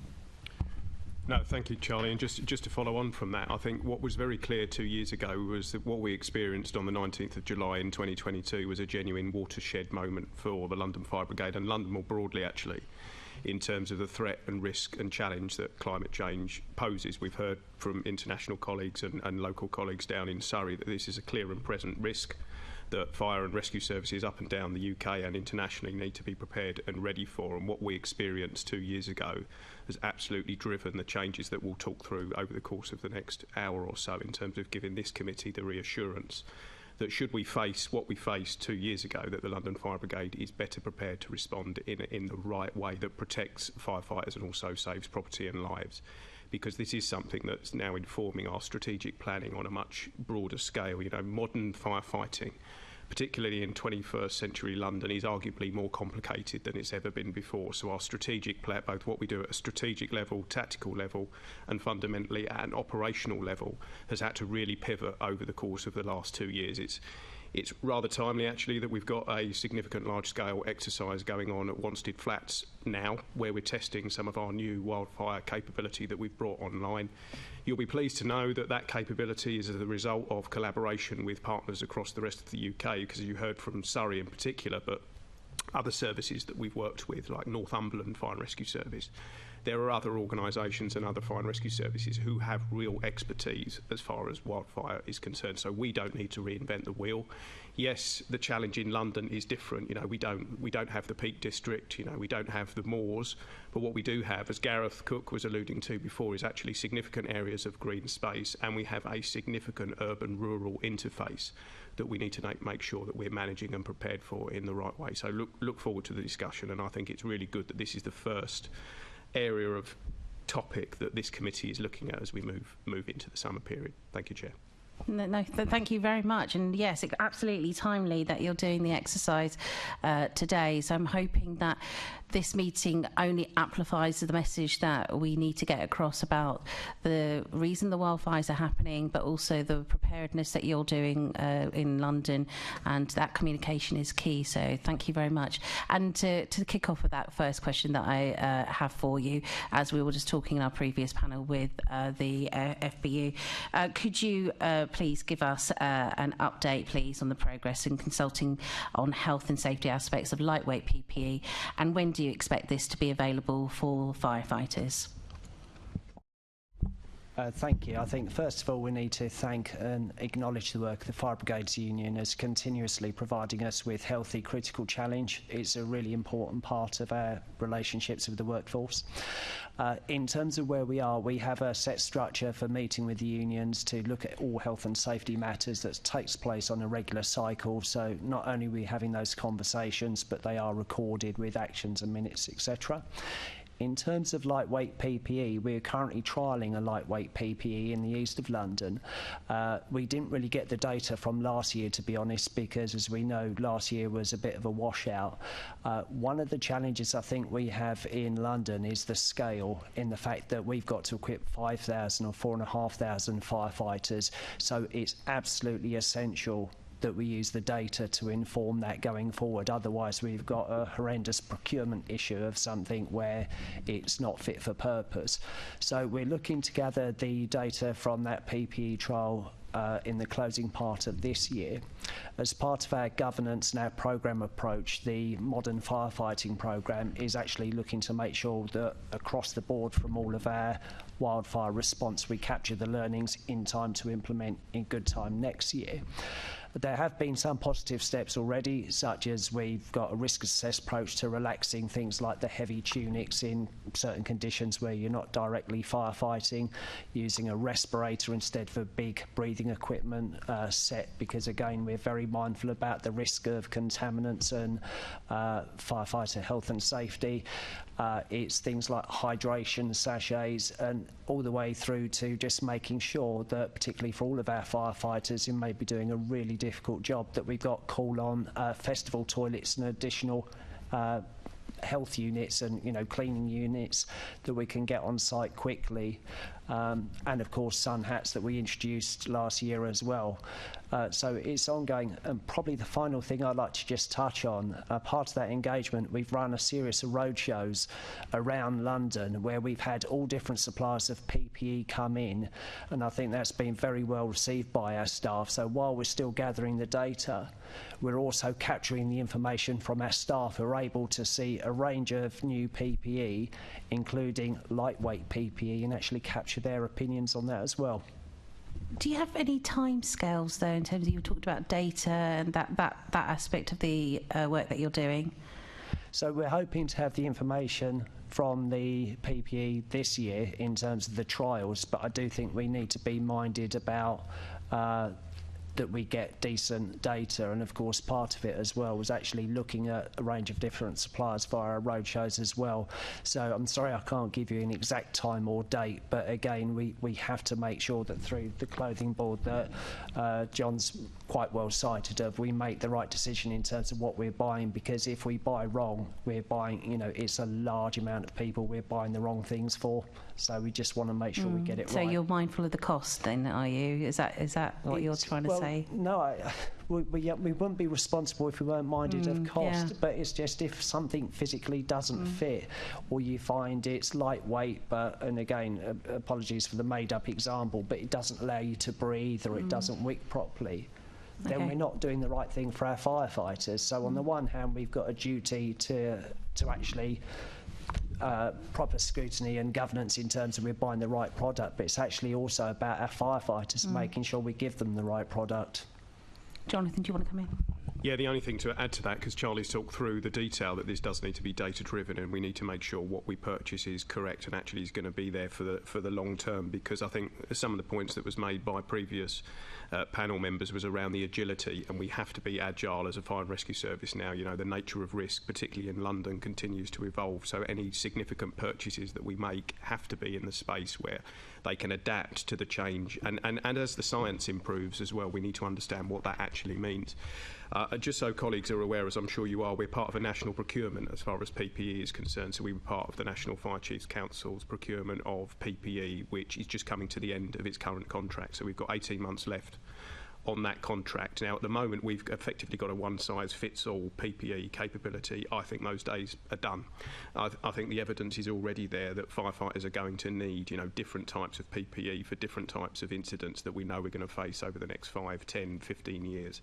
But we want to do that as part of the NFCC collaboration, because obviously there's economies of scale when we're part of a national procurement. There's also significant research and development, because what there isn't at the moment is actually what you'd call a standard wildfire set of PPE ensemble that we could go to. What they use in Lancashire is slightly different to what they would use in Surrey, which is different to what they would use in West Yorkshire.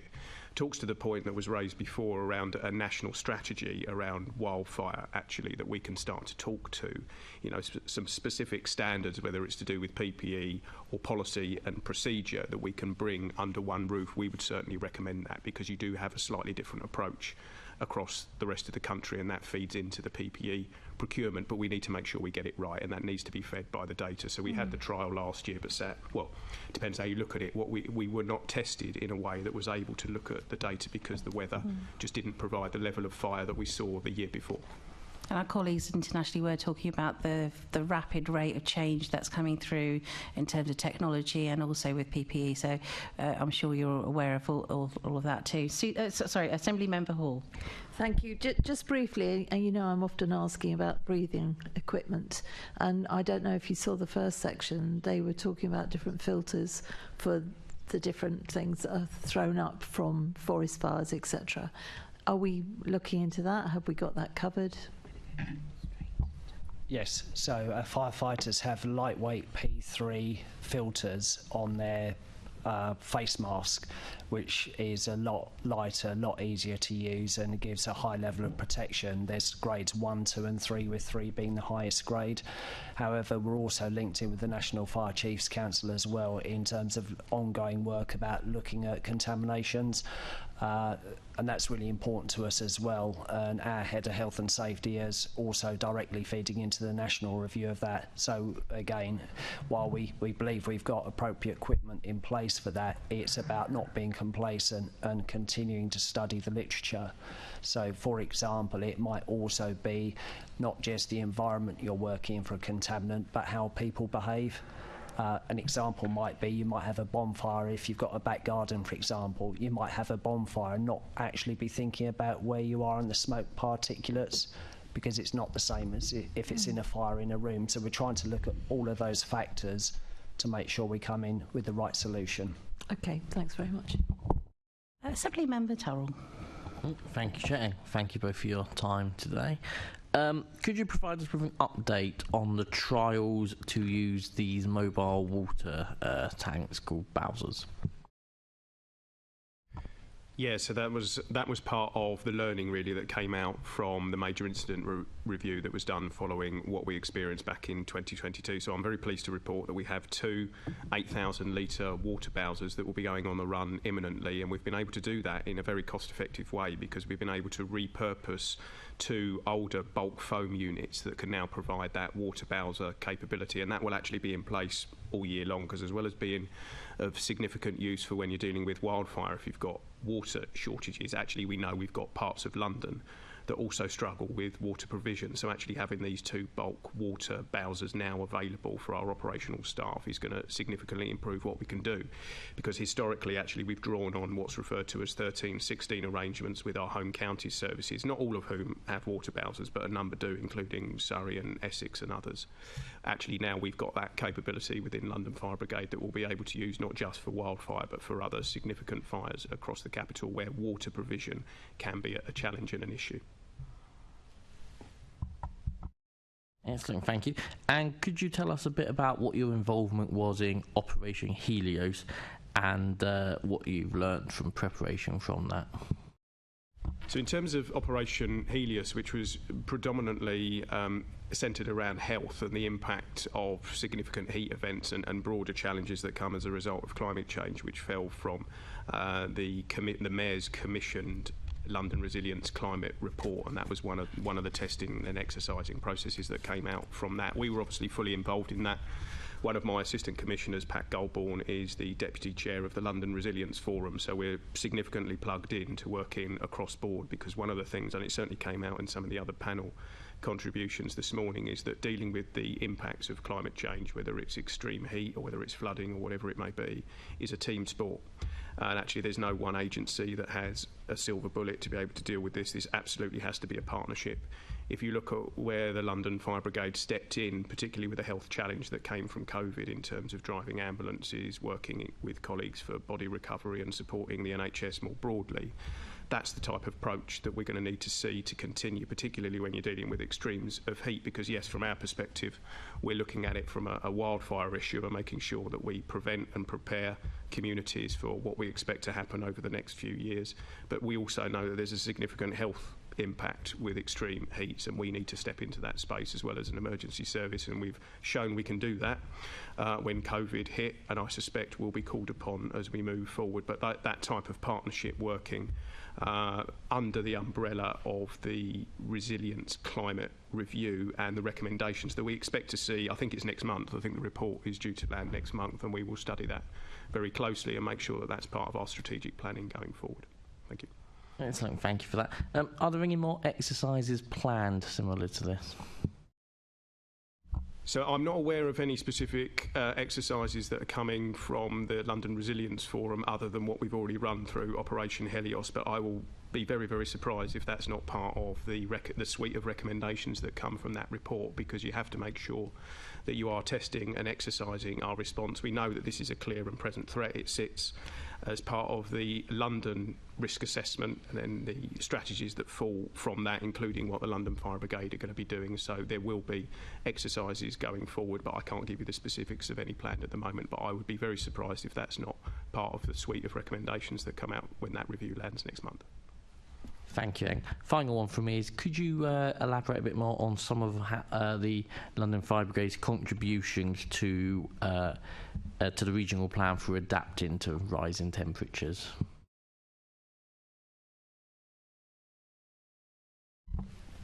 So it's not just as a region, but nationally, and you've got Northumberland, for example, which is an FRS that's done a lot of work on that and takes the lead often in some of these factors.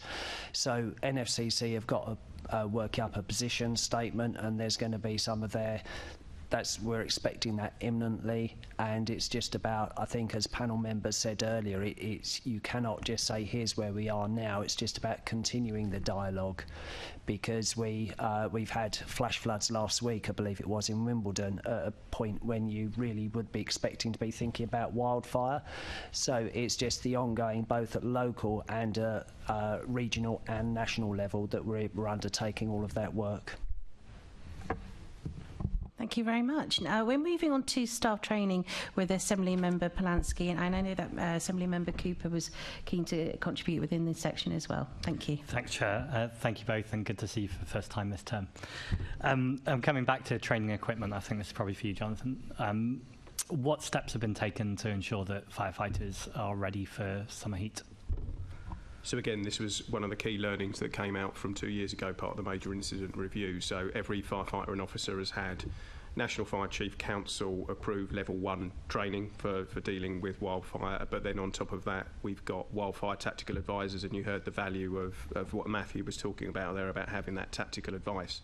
What does that mean in practice? It means we've got 30 wildfire tactical advisors who have got that expertise, and what they will do is they will provide our incident commanders with tactical advice and guidance in terms of how you bring these incidents under control.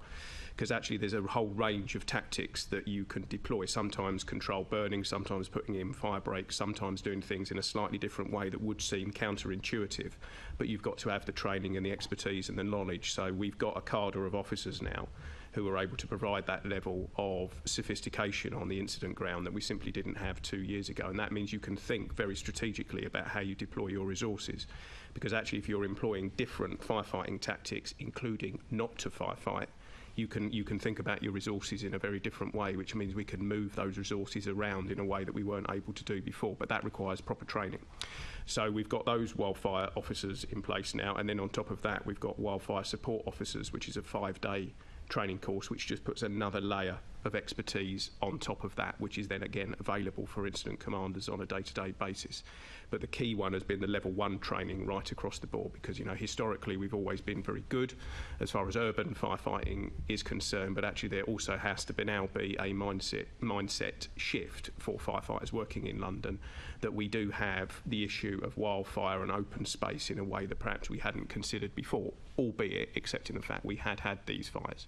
Now, as well as the very operational training that also is now in place, we've also tested an exercise from a strategic perspective. So we ran an exercise 3 months ago with very senior officers, including myself and Charlie, in terms of how we plan at a strategic level with the type of wildfire scenario that we saw 2 years ago, making sure that we're using our resources in the most intelligent way, understanding what we can call upon from a national resilience perspective, and you can only do that once you test an exercise and prepare for it. So at every level, from strategic to the tactical to the operational, we've significantly increased the amount of training that we're doing. I still think there's more we can do. We want to. One of the big priorities for myself and the Commissioner and the LFB more broadly going forward is real investment in our operational training in particular, because the point I was making before, I think firefighting in 21st century London now is extremely complicated. What we ask our firefighters to do now is spread over such a range of different incident types that the only way you can really prepare for that is significant investment in what our training offer looks like. So I'm pleased where we are, but not yet satisfied, and I think there's more we're going to need to do going forward. It's very comprehensive, thank you. There's a conversation that was had on the last panel. It was mainly something on the whole around land management. That was in Surrey. I'm just curious what your opinion of it is in London. Are land managers doing what they need to do? Do we have the powers we need? Are they following the guidelines, particularly around managing vegetation? Well, I'll jump in if that's okay, Chair, and then I'm sure Charlie will come in as well. So one of the reasons we've taken such a localised approach in terms of borough risk management plans is those community safety partnerships that exist across London. And our borough commanders, as was referenced before, are a key component of those community safety partnerships. So we will provide advice and guidance. Charlie will talk to, in a minute, the expert advice that's been provided to our borough commanders to then pass on to local borough chief executives to actually work in partner, because obviously we don't have statutory powers to mandate in terms of land management, but what we can do is point out very clearly where we think there are areas that we've got concerns about.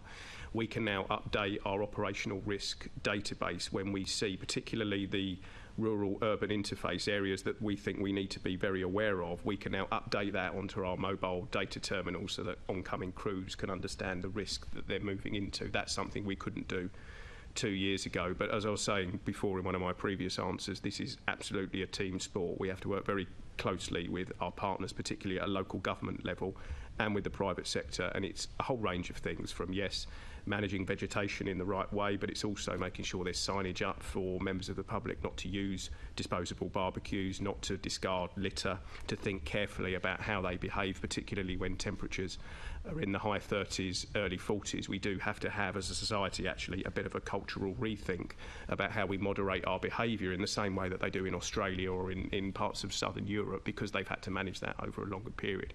But that requires that close collaboration at a very local level, which is managed under borough risk management plans and then underpinned by station delivery plans. So again, where we are now is our station delivery plans, which are in essence our work plans for every single one of our fire stations, are seasonal. So the summer station delivery plan went live on the 1st of July because firefighters at our stations during the summer will need to do things differently to what they would do in winter and autumn and spring and so on and so forth. So it's just being much more intelligent about what we do on a day-to-day basis and then working very closely with our partners in that community safety partnership. But Charlie, I don't know if you want to jump in with the expert advice you've provided. Thanks, John. So we have also written to all local authorities 3 years successively talking about the need to manage open spaces, and we do fully understand there are competing pressures in terms of wilding and preserving green spaces as well, but particularly where there are fire breaks needed. I think John's already touched on things like barbecues barbecues. And it's also simple things like rubbish management, because it is a real fact of life, because we don't have the same environment potentially as Surrey or to that scale. We have open spaces where people may come, leave lots of litter, and of course that greatly increases the risk. So it's drawing our attention that, again, as John alluded to, that seasonal approach for partners to actually managing that more effectively. That's also in conjunction with John's Borough Commanders, so they can then use that template as well to provide to other partners as well as local authorities and share that with them. We have a central toolkit that's been provided to Borough Commanders that goes through all different things they can do to get really good engagement, because again, that will, if you compare, say, City of London to Havering, it's quite a different risk. So it's about making sure it's adaptable. And I touched on earlier, looking for best practice elsewhere, things like it's linked into some of the resources from Northumberland, for example, so the Borough Commander can tap into some of those pieces as well. And then the other element of that is communication support, so that we've got materials that can be printed for stations and teams locally, and that's supported by information on our website on things like grass and wildfires as well. Thank you. And finally, can I ask you about England and Wales Wildlife Forum and what the London Fire Brigade's contribution to it is? It's not on my extensive list at the moment, so I'd have to come back to you and provide you with a written answer if that's okay. Yeah, if you'd be happy to write to the committee, that'd be great. Thank you, Chair. Thank you both. Thank you. Assembly Member Cooper. Thank you. It was something that you mentioned previously, Jonathan, which was when we were talking about training and dealing with wildfires, and obviously the issues about the extreme heat that you can be operating in, wearing PPE, breathing apparatus and all the rest of it, was the need for us to consider welfare issues for officers. And that was one of the key things that came out of the review of the July 2022 incident, and I wondered if you could give us an update on how we've taken the welfare issues forward, because obviously that's critical if people are being expected to work in extreme heat. Well, that's absolutely right, Assembly Member Cooper. So that was one of the areas that we did know we had to get better at. You know, we held a hot debrief, if you excuse the pun, after what we saw in 2022, where welfare considerations were one of the big issues that firefighters quite rightly raised. You know, if we're expecting our crews sometimes to operate for anywhere between 8 and 12 hours at a scene of operations, which is what we saw 2 years ago, then actually they need to have much better welfare provision in place, which was a very fair pushback to us as an organisation. So in response to that, we do have now significantly uplifted what we can bring onto a scene of operations, as Charlie was alluding to before. Increased amounts of portable hygiene units, you know, festival-style toilets that we can now bring onto a scene of operations if we think we're going to be there for a significant period of time. This was something that was a particular issue, quite rightly so, and highlighted to us by female firefighters who were on a scene of operations for a long period of time, who quite rightly felt that was challenging, particularly challenging not having suitable facilities on scene, particularly for an extended duration. So we've taken that away. Charlie's team have worked with private sector contractors that should we see the type of event that we saw 2 years ago, we can bring now that additional resource, as well as what we've also got, our portable hygiene units that we can bring on the scene now, will be supplemented if required by additional resource. What we've also got on pumping appliances is things like hydration sachets, the hats we referred to before, sun cream, those types of what you might refer to as lower level welfare provision, which we now carry on our pumps, and that's then supplemented by additional welfare provision if we're going to be at a scene lower level until someone starts suffering from heat exhaustion because they haven't drunk enough because they've been out in the sun for too long. More straightforward or simple provision, I probably should have said, rather than lower level, but critically important that we've got that available right away and then supplemented by what we can bring on further down the track if we're going to be at a scene of operations for a significantly extended period of time. Which, of course, we know that sometimes these fires do take quite a long time to get under control, and obviously you are outside. But thank you very much. That's very helpful. Thank you, Assembly Member Hall. This is just a quick plea, because I don't want to go into the next questions, because that's not fair. But please never take away the borough commanders, as has happened with the police.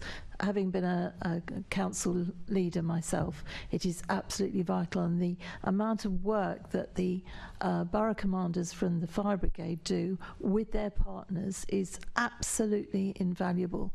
So the plea is, please don't ever get rid of your borough commanders. Jonathan. Yeah, just to respond to that and to provide some reassurance that that is not what we're going to be doing. You know, we see the local structure that currently exists in place. You know, one of the things that makes London the fantastic city that it is effectively you've got 33 towns next to each other, all very, very different, all with their own different challenges and risks and needs in terms of different communities. So actually to have that real localised approach, and that's embedded in our strategy. It's why we've got borough risk management plans. It's why we've got station delivery plans, because the needs and wants in Tower Hamlets are very different to what we'd see in Sutton, which is different to what we would see in Barnet. And so the value of having that at a local level we absolutely see, and that is very much part of our strategic thinking in the longer term. I think I echo Assembly Member Hall's position there. You know, it's not just the land and the landscape, it's the communities and the people in it. So thank you very much for that clarification. Assembly Member Clark. Thank you for that. Thank you, Chair. I didn't even know there was a question around there, so I'm delighted to hear it's not being considered. Just going back to councils, you know, obviously there's a great deal the London Fire Brigade can do to advise councils to prepare for hot weather, and you've highlighted sort of barbecue bans and kind of cutting back around buildings, sort of cutting back vegetation and litter clearance. When you're working with councils, I mean, as you correctly highlighted, all councils are different, all areas are a bit different, and certainly local concerns are different. Is there any, what's sort of the biggest challenge with communicating with councillors, or at least with working together with them to prepare for extreme heat events? Just to start off with answering that, I think one of the things you do see across the public sector more broadly, of course, is that there is competing demands and there's competing priorities, and it's making sure that we are, you know, front and centre in terms of what is being discussed, whether it's in council fora or through community safety partnerships. That what we know is that the impact of climate change, whether it's extreme heat and wildfire or through to urban flooding, is at the forefront of everybody's thinking in terms of how they manage their local communities and how we can prepare those local communities. So it's an ongoing conversation that has to happen, but we're also not naive enough to think that there are also competing demands in terms of other areas, you know, whether it's crime prevention, you know, antisocial behaviour, a whole range of other things that at a local borough level are having to be thought through to make sure that communities are safe. But that's why the partnership approach and the localised borough risk management approach is central to that, because we are in those conversations, we are part of those teams, we inform the local strategies, and that's how we make sure that areas that we know we've got a particular expertise in and a particular concern about are very much mirrored at a local level. But it's an ongoing conversation that needs to continue, which is why we will not be stepping away from that localised model. Yeah, and I think you're absolutely right, and I think, you know, also with my councillor hat on, the biggest sort of the biggest threat to councils over time has been exactly what Gareth said earlier, which is funding.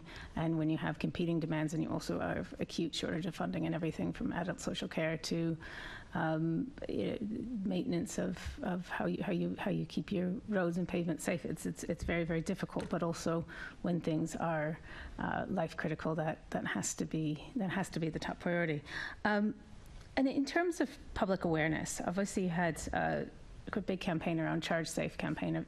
Is the LFB doing anything in terms of a public engagement campaign around fire safety and extreme heat?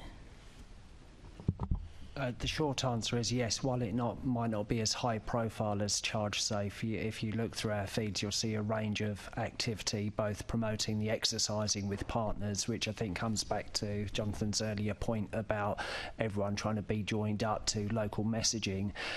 Currently, it's also the overlap of things like, sadly, drowning prevention and how you can put those messages together where possible. So for periods of hot temperatures, for example, we'll be looking at wildfire messaging as well as things like drowning prevention because of the risk to communities there as well.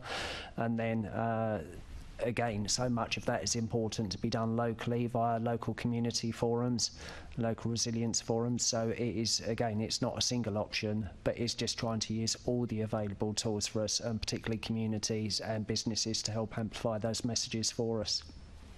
Absolutely, and as you've mentioned, drowning. I mean, it's a very sad case in my constituency. The Welsh Harp continues to be one of those areas that people jump into. And the only thing I would just add to what Charlie's very clearly highlighted there is we actually have a communications grid. You know, we have a London Fire Brigade communications grid, which means we are thinking very carefully about our communication campaigns and that they are seasonal, they are relevant to the risks and challenges that we see throughout the year, which is just a much more considered and intelligent approach in terms of how we get those communication messages out. You know, we've got ITV News and BBC News at the Wanstead Flats exercise that's happening as we speak, you know, and that will be amplified out on news channels this evening, and that's the type of approach that we have to see going throughout the year, depending on which particular challenge we're facing at the time. So it's just a much more intelligent approach to our corporate communications, and working very closely with partners within the GLA to amplify messaging, working with the Metropolitan Police, London Ambulance Service and others to make sure that we are highlighting those messages, particularly when it's cross-cutting, like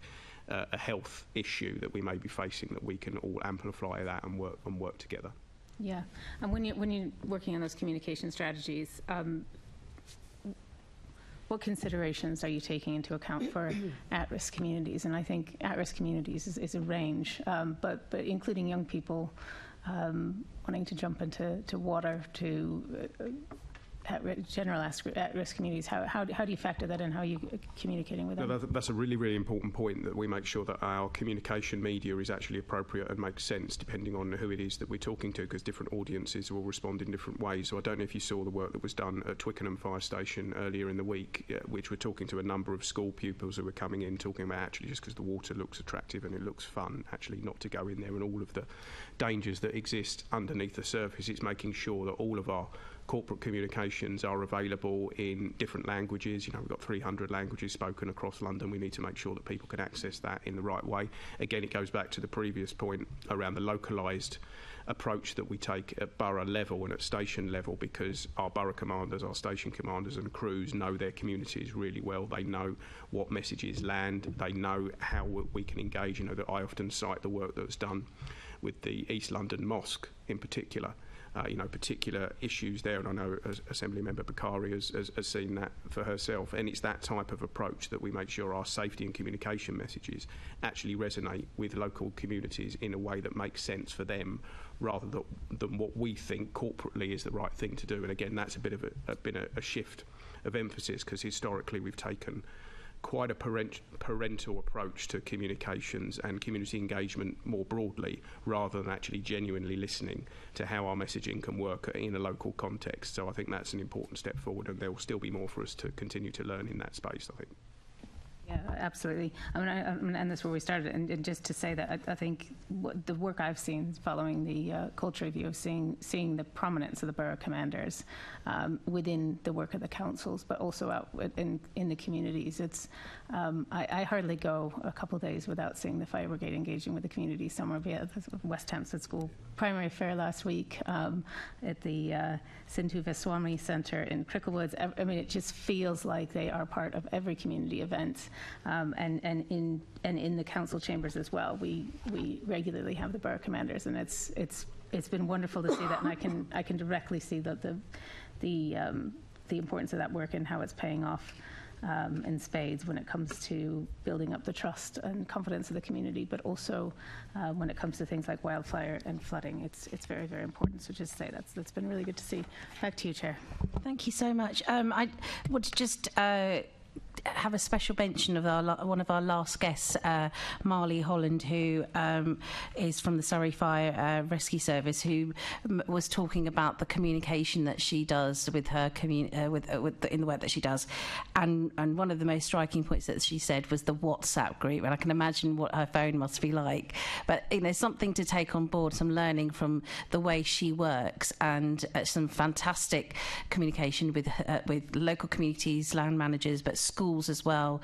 I think there's something that we can definitely take on board, and I hope that that relationship will continue, particularly with Marley. And also, just to make a point, and one of the things that I really wanted to make sure that we did do was raise this communication issue. In a recent visit that I did at Warren Farm in Ealing, which has been fighting for local nature reserve status, which is hopefully happening soon.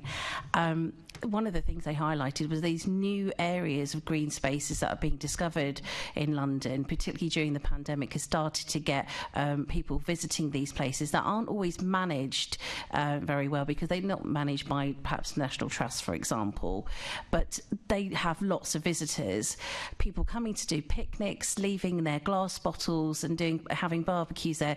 That messaging is so important, and particularly for the London Fire Brigade within Ealing, to get that message across to the local community is key. So let's hope that today we can get that message out there. The work that you're doing in Wanstead, that we can get that message out there. Really appreciate your opening statements as well, because this is the key for us, really, to get that message across.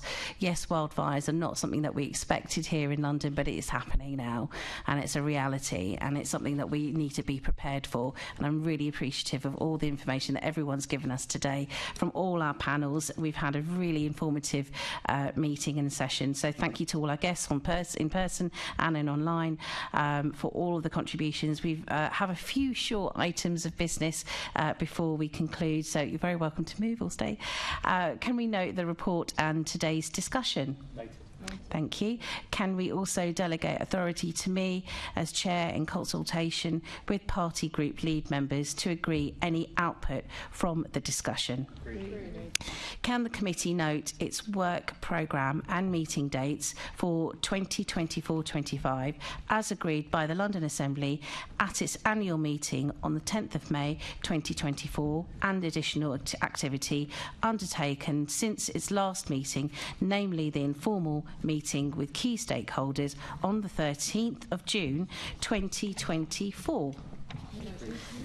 And the next meeting of the committee is scheduled. Oh, we've got some. Oh, fantastic! Very quickly, we have got some visitors, a school group who are attending today's meeting. I'd like to extend a very warm welcome from the Fire Committee, from us, to the Year 5 students and teachers of George Tomlinson Primary School who've joined us in the public gallery. So, a quick hello from all of us. Hello. You just coming to the end of our meeting, which is a real shame, and we've been learning lots about wildfires. I'm sure your teachers will be telling you a lot about what wildfires are if you want to ask them, but you can come back and look at our webcast online. Big plug for our website, and also do keep an eye out for the news, everyone, because today there'll be lots of media attention at Wanstead, where there's activity going on there to demonstrate what wildfires are like and how the London Fire Brigade are dealing with that. So do have a look online, do have a look on telly. There's a lot going on this particular issue, and really do appreciate it. Our next meeting of the committee is scheduled for Thursday the 24th of October at 10 a.m. in the Chamber in City Hall. I have no further urgent business, and I now declare this meeting to be closed. Thank you.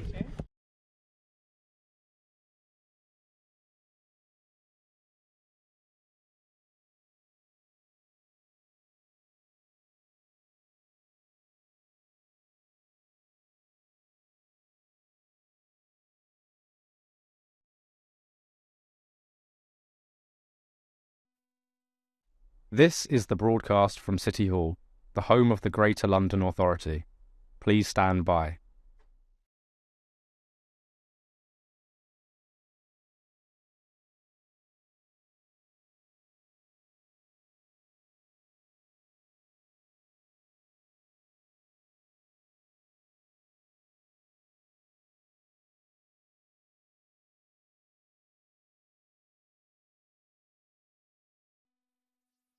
This is the broadcast from City Hall, the home of the Greater London Authority.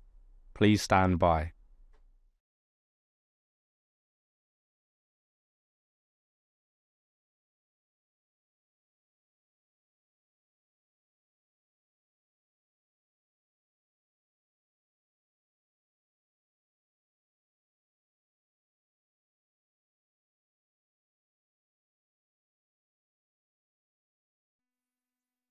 This is the broadcast from City Hall, the home of the Greater London Authority. Please stand by.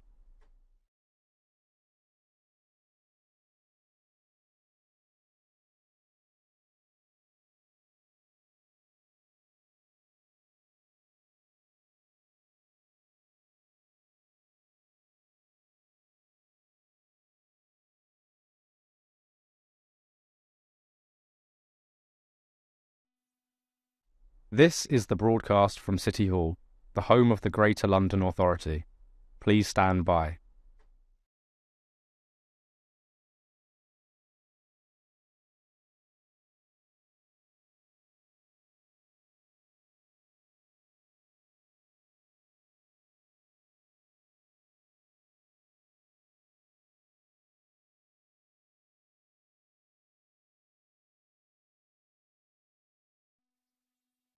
This is the broadcast from City Hall, the home of the Greater London Authority. Please stand by.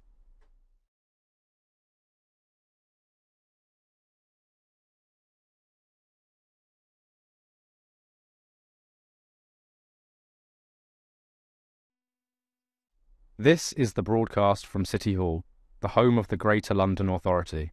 Please stand by.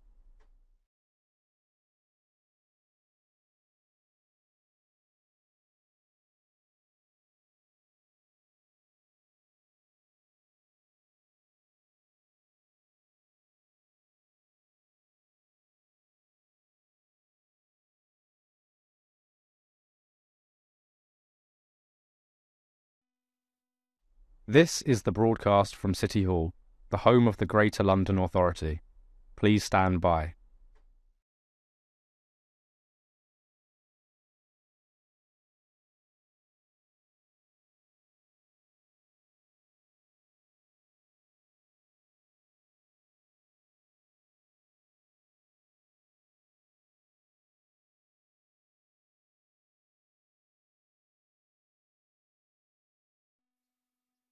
This is the broadcast from City Hall, the home of the Greater London Authority.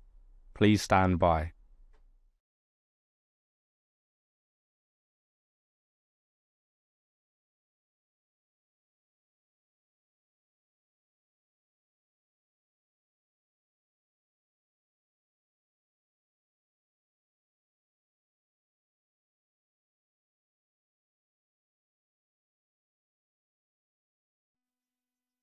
This is the broadcast from City Hall, the home of the Greater London Authority.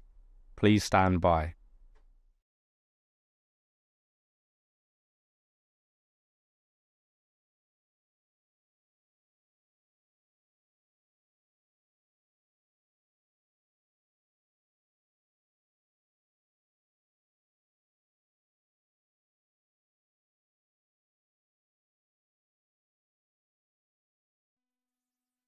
This is the broadcast from City Hall, the home of the Greater London Authority.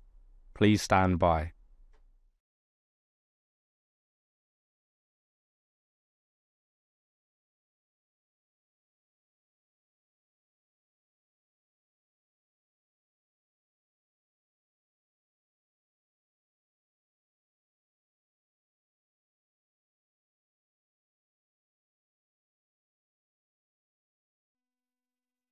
This is the broadcast from City Hall, the home of the Greater London Authority.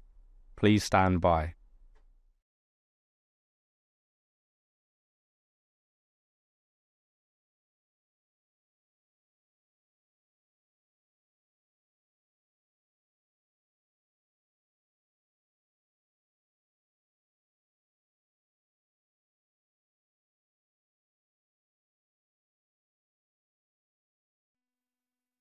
This is the broadcast from City Hall, the home of the Greater London Authority. Please stand by.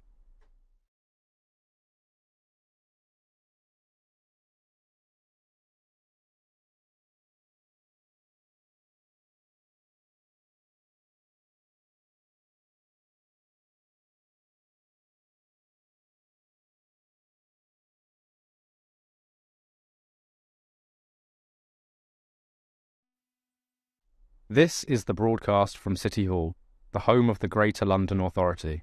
Please stand by.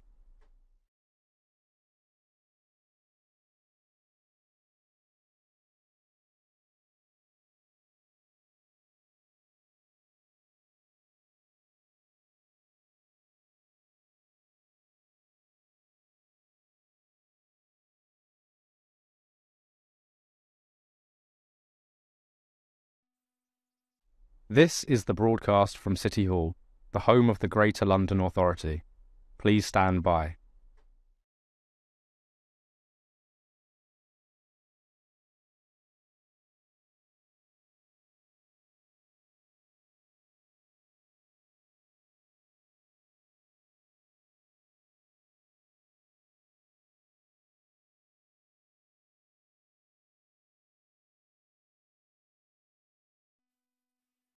This is the broadcast from City Hall, the home of the Greater London Authority.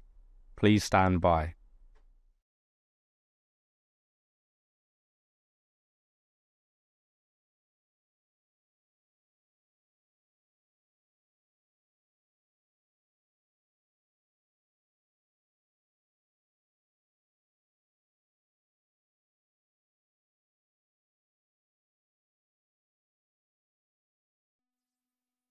This is the broadcast from City Hall, the home of the Greater London Authority. Please stand by.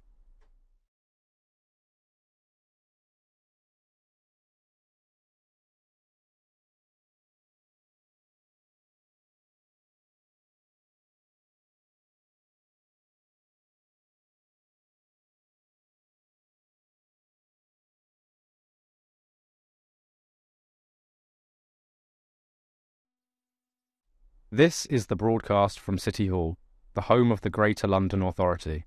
Please stand by.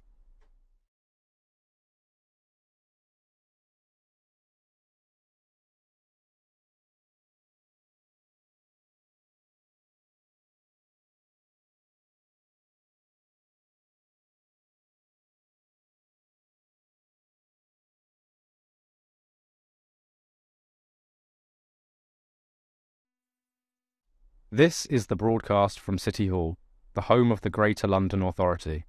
Please stand by.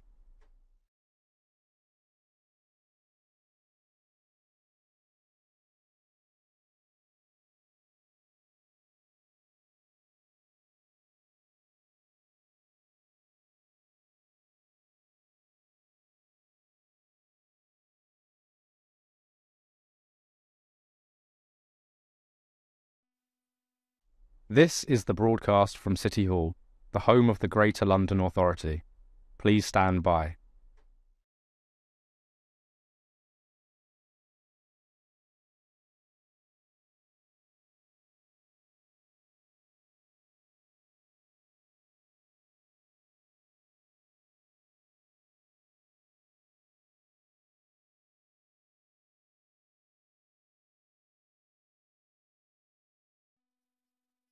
This is the broadcast from City Hall, the home of the Greater London Authority.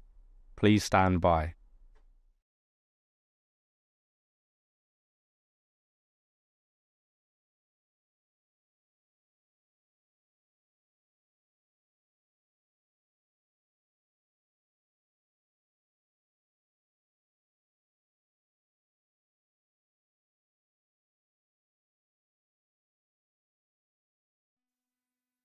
This is the broadcast from City Hall, the home of the Greater London Authority. Please stand by.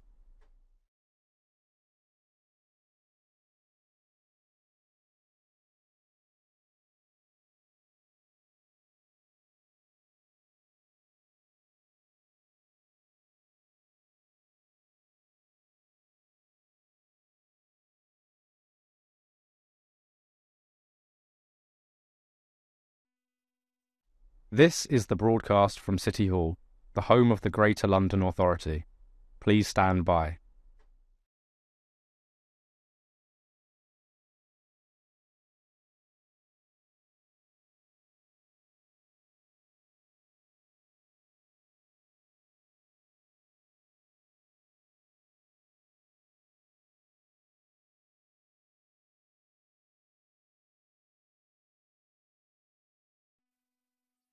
This is the broadcast from City Hall, the home of the Greater London Authority. Please stand by.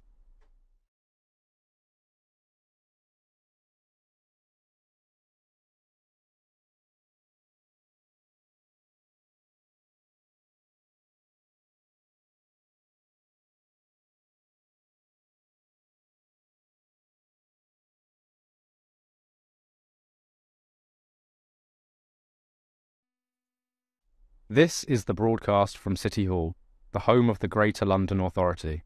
Please stand by.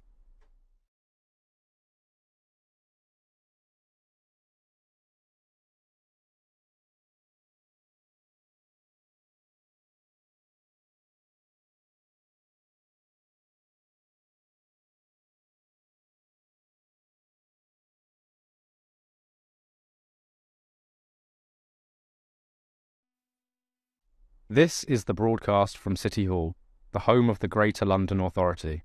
Please stand by.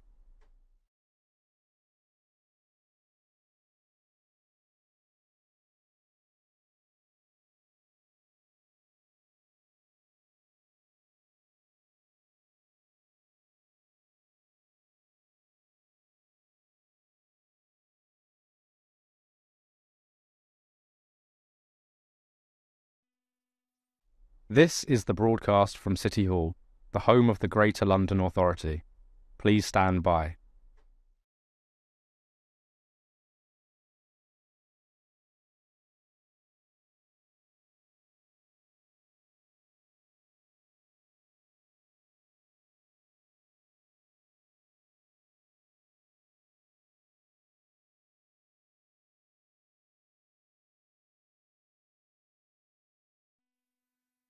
This is the broadcast from City Hall, the home of the Greater London Authority. Please stand by.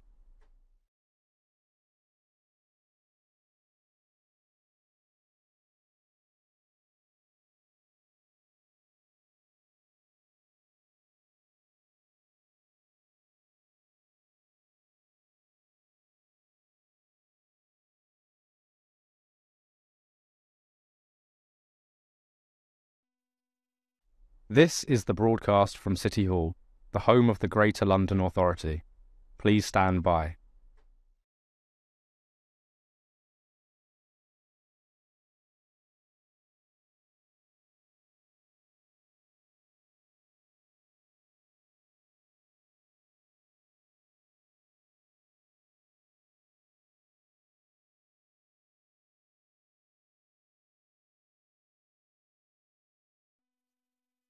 This is the broadcast from City Hall, the home of the Greater London Authority. Please stand by.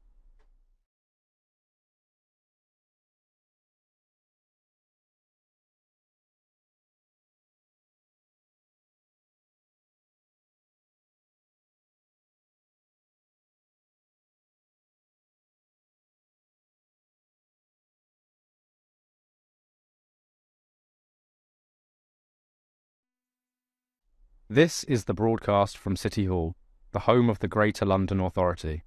Please stand by.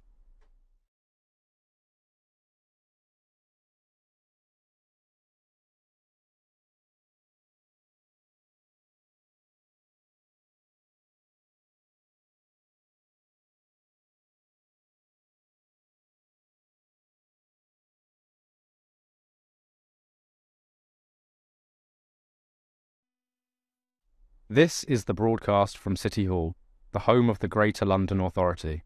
Please stand by.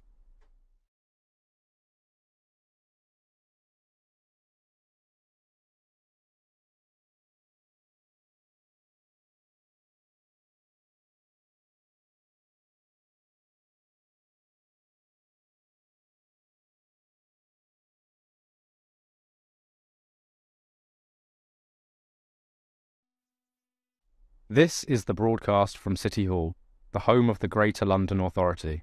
Please stand by.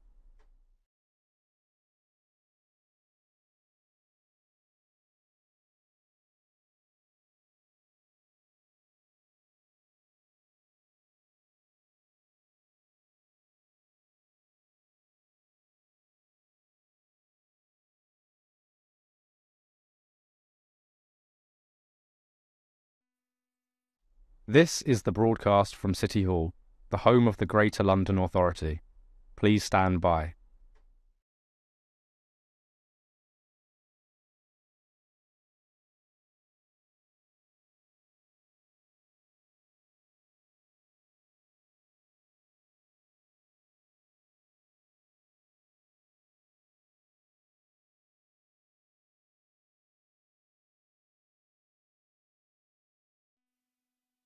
This is the broadcast from City Hall, the home of the Greater London Authority. Please stand by.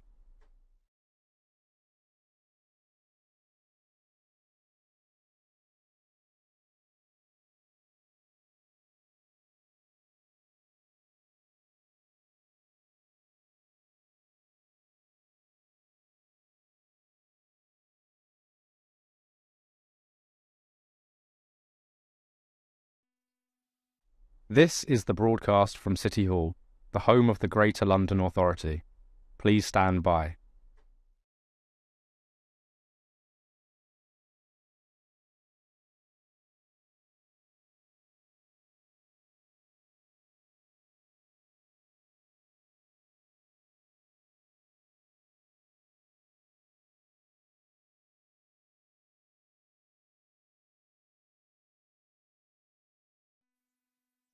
This is the broadcast from City Hall, the home of the Greater London Authority.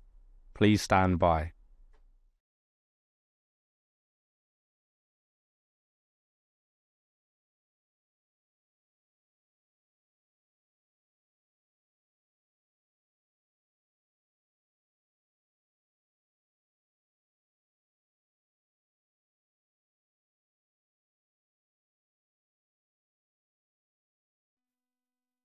This is the broadcast from City Hall, the home of the Greater London Authority. Please stand by.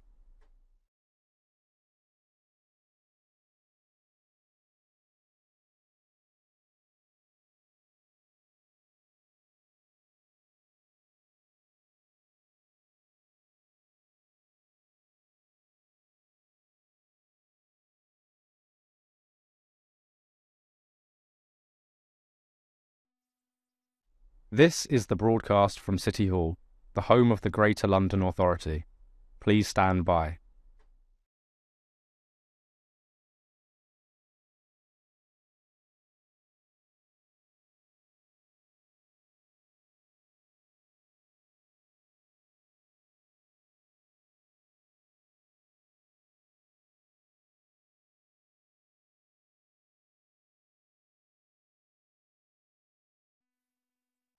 This is the broadcast from City Hall, the home of the Greater London Authority. Please stand by.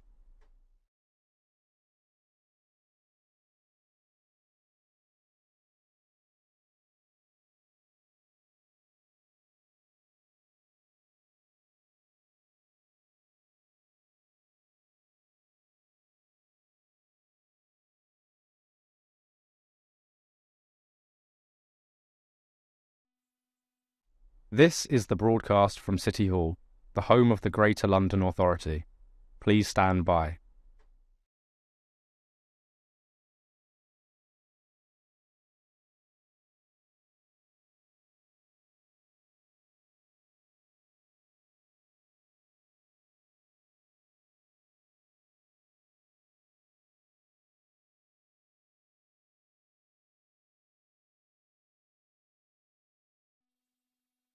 This is the broadcast from City Hall, the home of the Greater London Authority.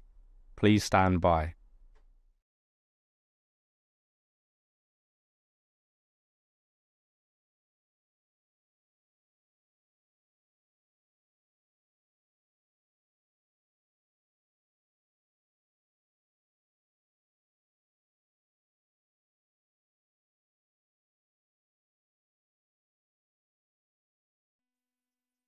This is the broadcast from City Hall, the home of the Greater London Authority. Please stand by.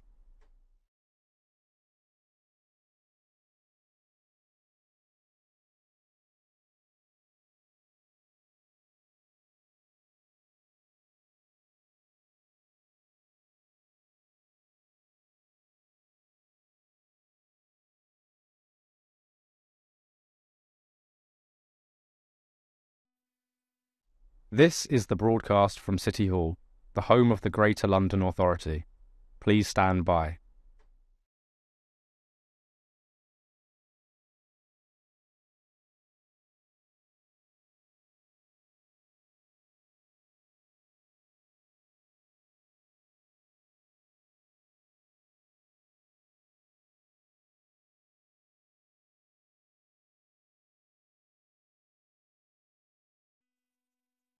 This is the broadcast from City Hall, the home of the Greater London Authority. Please stand by.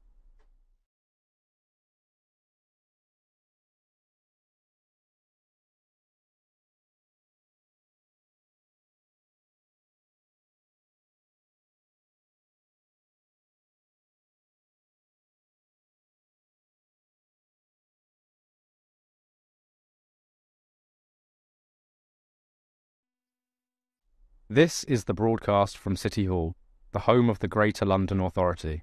Please stand by.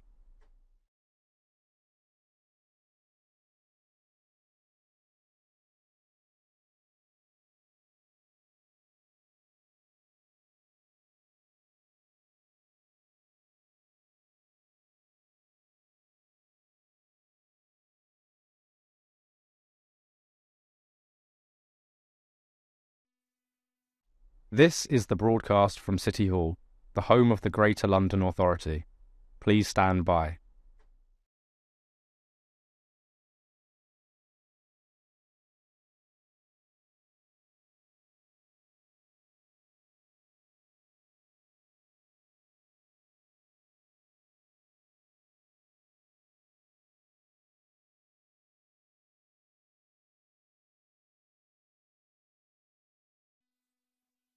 This is the broadcast from City Hall, the home of the Greater London Authority. Please stand by.